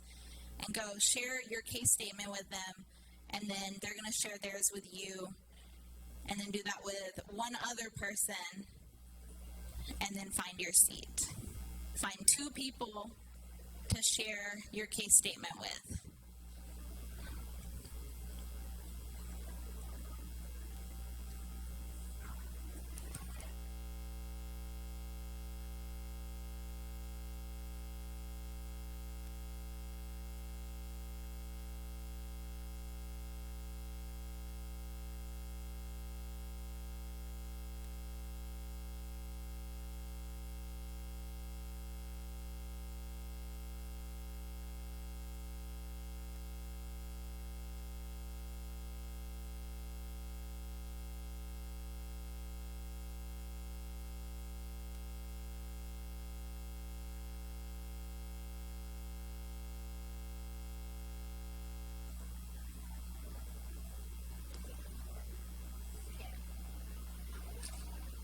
if you have finished your case statement, go find a random person that you haven't really met yet.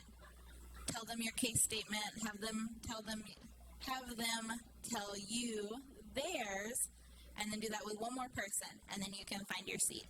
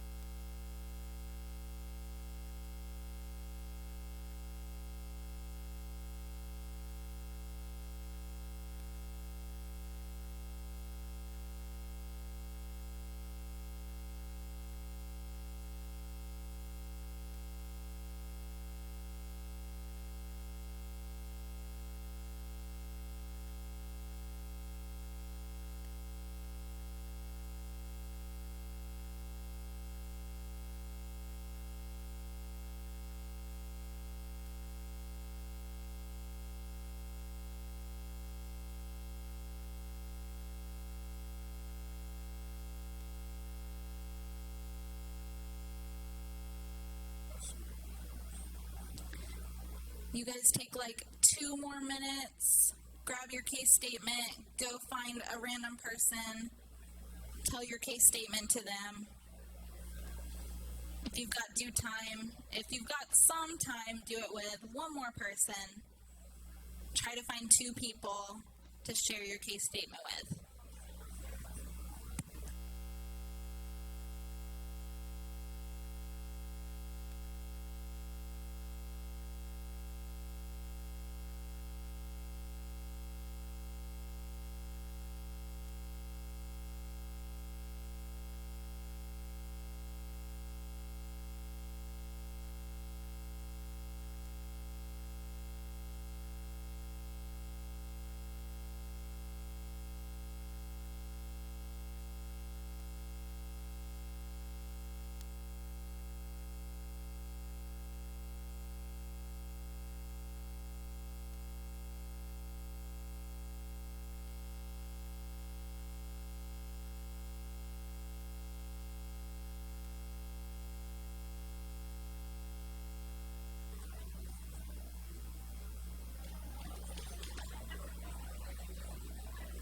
You guys take about 1 more minute to go share your case statement with somebody. 1 more minute. Find someone, turn to your neighbor, share your case statement with somebody. The more practice you get sharing it, the better you're going to get at actually saying it.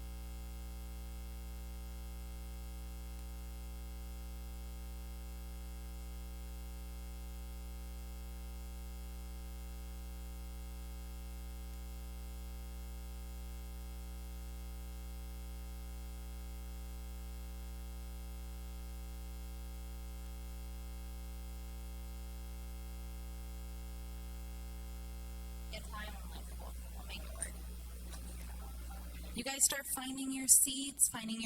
If you're grabbing snacks, make sure that you find your seat and you find your case statement paper as well. Make sure you have that.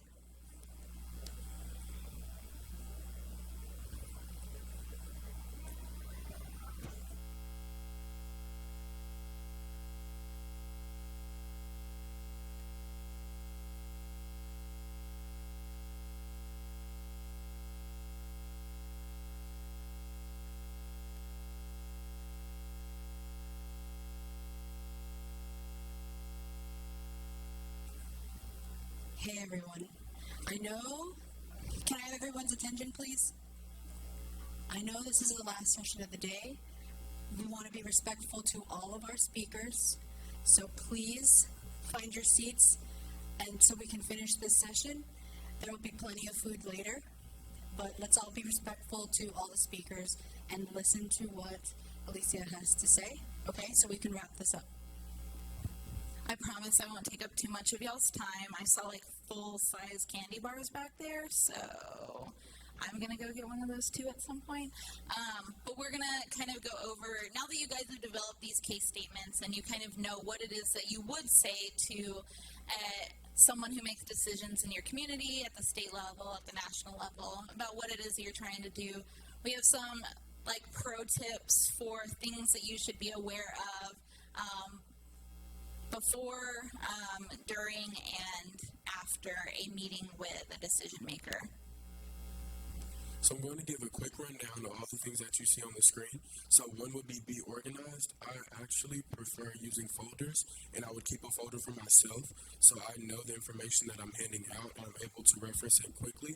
So I would say something as the third page on the left side in that pocket. If you look at that, it has this information on it, and this is why I'm bringing it to you. And so that would be organized, and it also shows a level of not necessarily maturity, but elegance in a way, and it shows that you're actually passionate and you put time and effort into the cause that you are projecting forwards to them. And also be on point. You do not want to talk around your topic. I mean, I've done it a couple of times and it absolutely sucks. So I would just say, be straight to the point, concise, effective, because that's all they necessarily want to hear, and you don't want to engrave the wrong message into their head. So if you were talking about Snickers and Reese's your whole presentation, then they're not going to realize or remember anything that you said about tobacco prevention, which there's no correlation at all. But you also have to be authentic and stay honest. We can't, as much as we want to say that nobody likes to smoke. Nobody loves smoking at all. As much as we want to say that, we can't say that because that would not be accurate, because there's no research or study that has been done on it. So if we want to, and they will fact check you. They will fact check you. Because there have been multiple times where we've gone head to head and he's like, well, I have this information. I said, well, I have this information. And then other adults or other people have to step in and say, okay, well, this information is actually accurate. This information is accurate, but they're coming from different standpoints. So just make sure you're being on point and you're actually clear and specific with the topic that you are hitting on. Because if we're too vague, then we can also portray the wrong message. Be open to questions, because that's also part of using your head and realizing other perspectives at task. Because when we're not open to questions, that just shows we're closed-minded and we want it this way, and there's no cooperation at all, and there's no collaboration at all. So we want to be open to questions to really settle in on those counter-arguments and make sure that we have another point able and ready to go in the case or situation that we have a question that we necessarily can't answer. And just a disclaimer, a little disclaimer. I don't know is not necessarily one of the best things to say, but instead of saying I don't know, you can say, hey, I can get back to you later if you give me your information, and I can text you, call you, email you, whatever you would like, whatever you prefer. And that's also a quick and easy way to just get their information so you can stay in contact.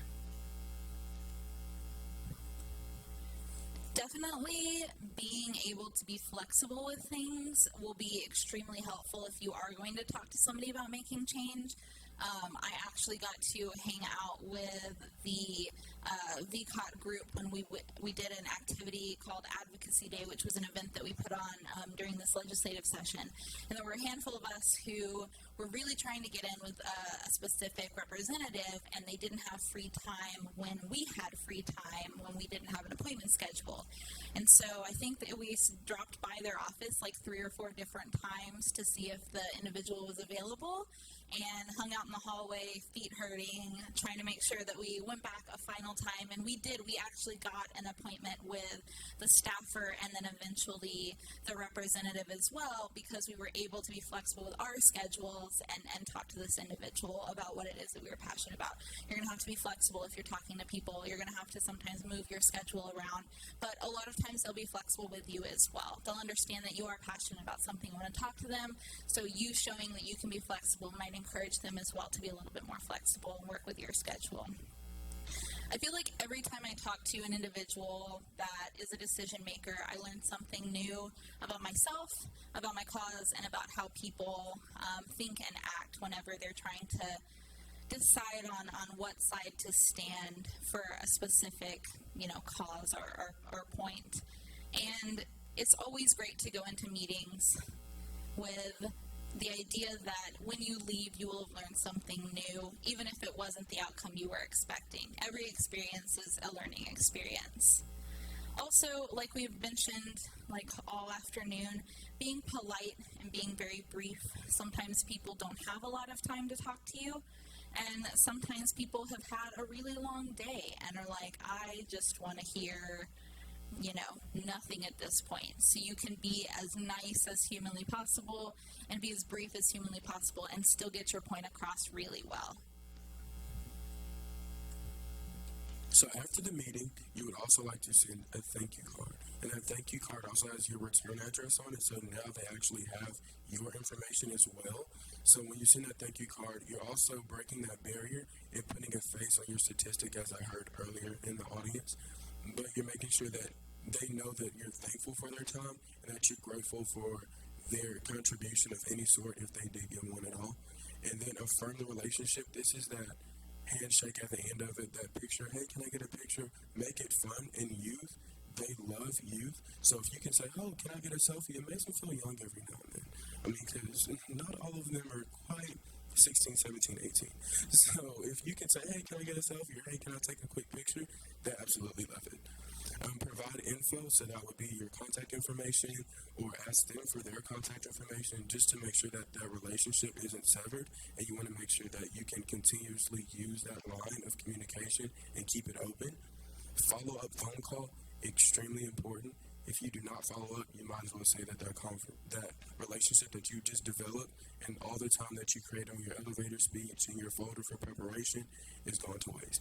Because that follow-up phone call is almost like an identical or a mirror of what you just did in their office or whenever you went for advocacy day or whatever action or event that you were there for. And then finally, we just want to remind you guys, when you are making an ask, now you guys have the tools to do it. Always end it with a thank you.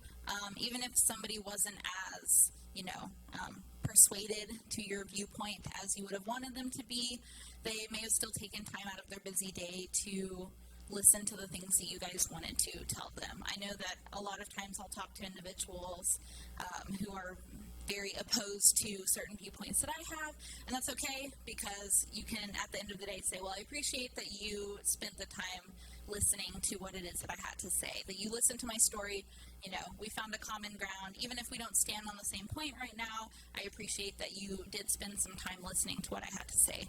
So it's always nice to say thank you and be polite, because like I said, they're going to remember that you were polite, and they're going to remember that you were appreciative of the time. They don't always get a thank you at the end, so it's always nice to kind of leave with that.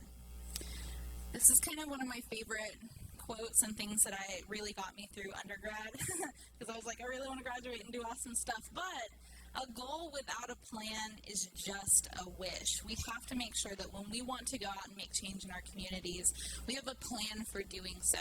And starting with something as simple as, I know a lot of you guys were struggling to write down your elevator pitches, but it's like, you know who you are. You know what it is that you represent, and you know what it is that you're passionate about.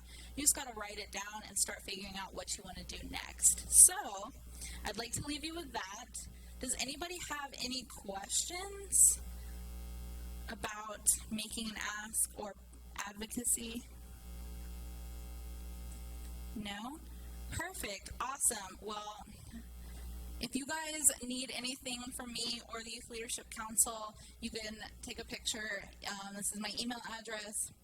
shoot me an email, and I respond pretty quickly most of the time, except for when I'm presenting at conferences like this. But if you let me know what it is you need, you want a copy of these slides, you want us to come out and do a training in your community about, case statements and making an ask or things like that, just let us know. We've got all of the awesome information. I feel like in this day and age, we should share so much information with each other. We have so much to gain from working together. So thank you guys so much. Give yourselves a round of applause for all the hard work that you did today. Thanks for sticking with us the last session of the day. And I'm going to turn it back over to David. Thank you, Alicia and Nick. All right, guys. We made it through a long day, and we're going to give you all a couple hours off. So, a few things. If we could have you all come back here between 6:15 and 6:30, that would be great.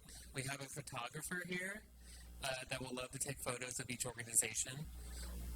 So between 6:15 and 6:30, meet back here in this room. Everything happening tonight is in this room.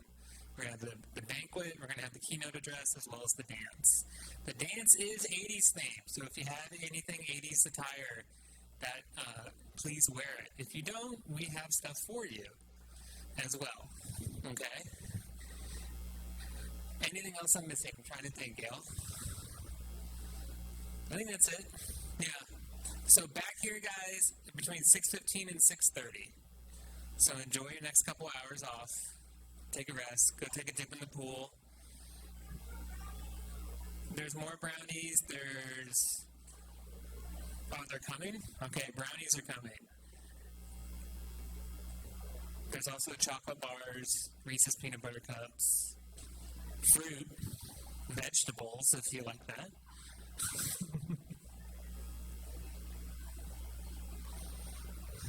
Thank you, guys.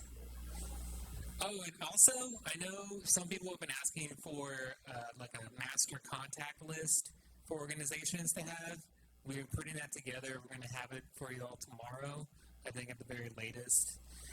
And if we don't, if you have to leave, I know some groups have to leave either later today, we'll email it to y'all. But y'all will definitely have each other's contact information if y'all don't have it already. Alrighty, we'll see you back here around 6:15.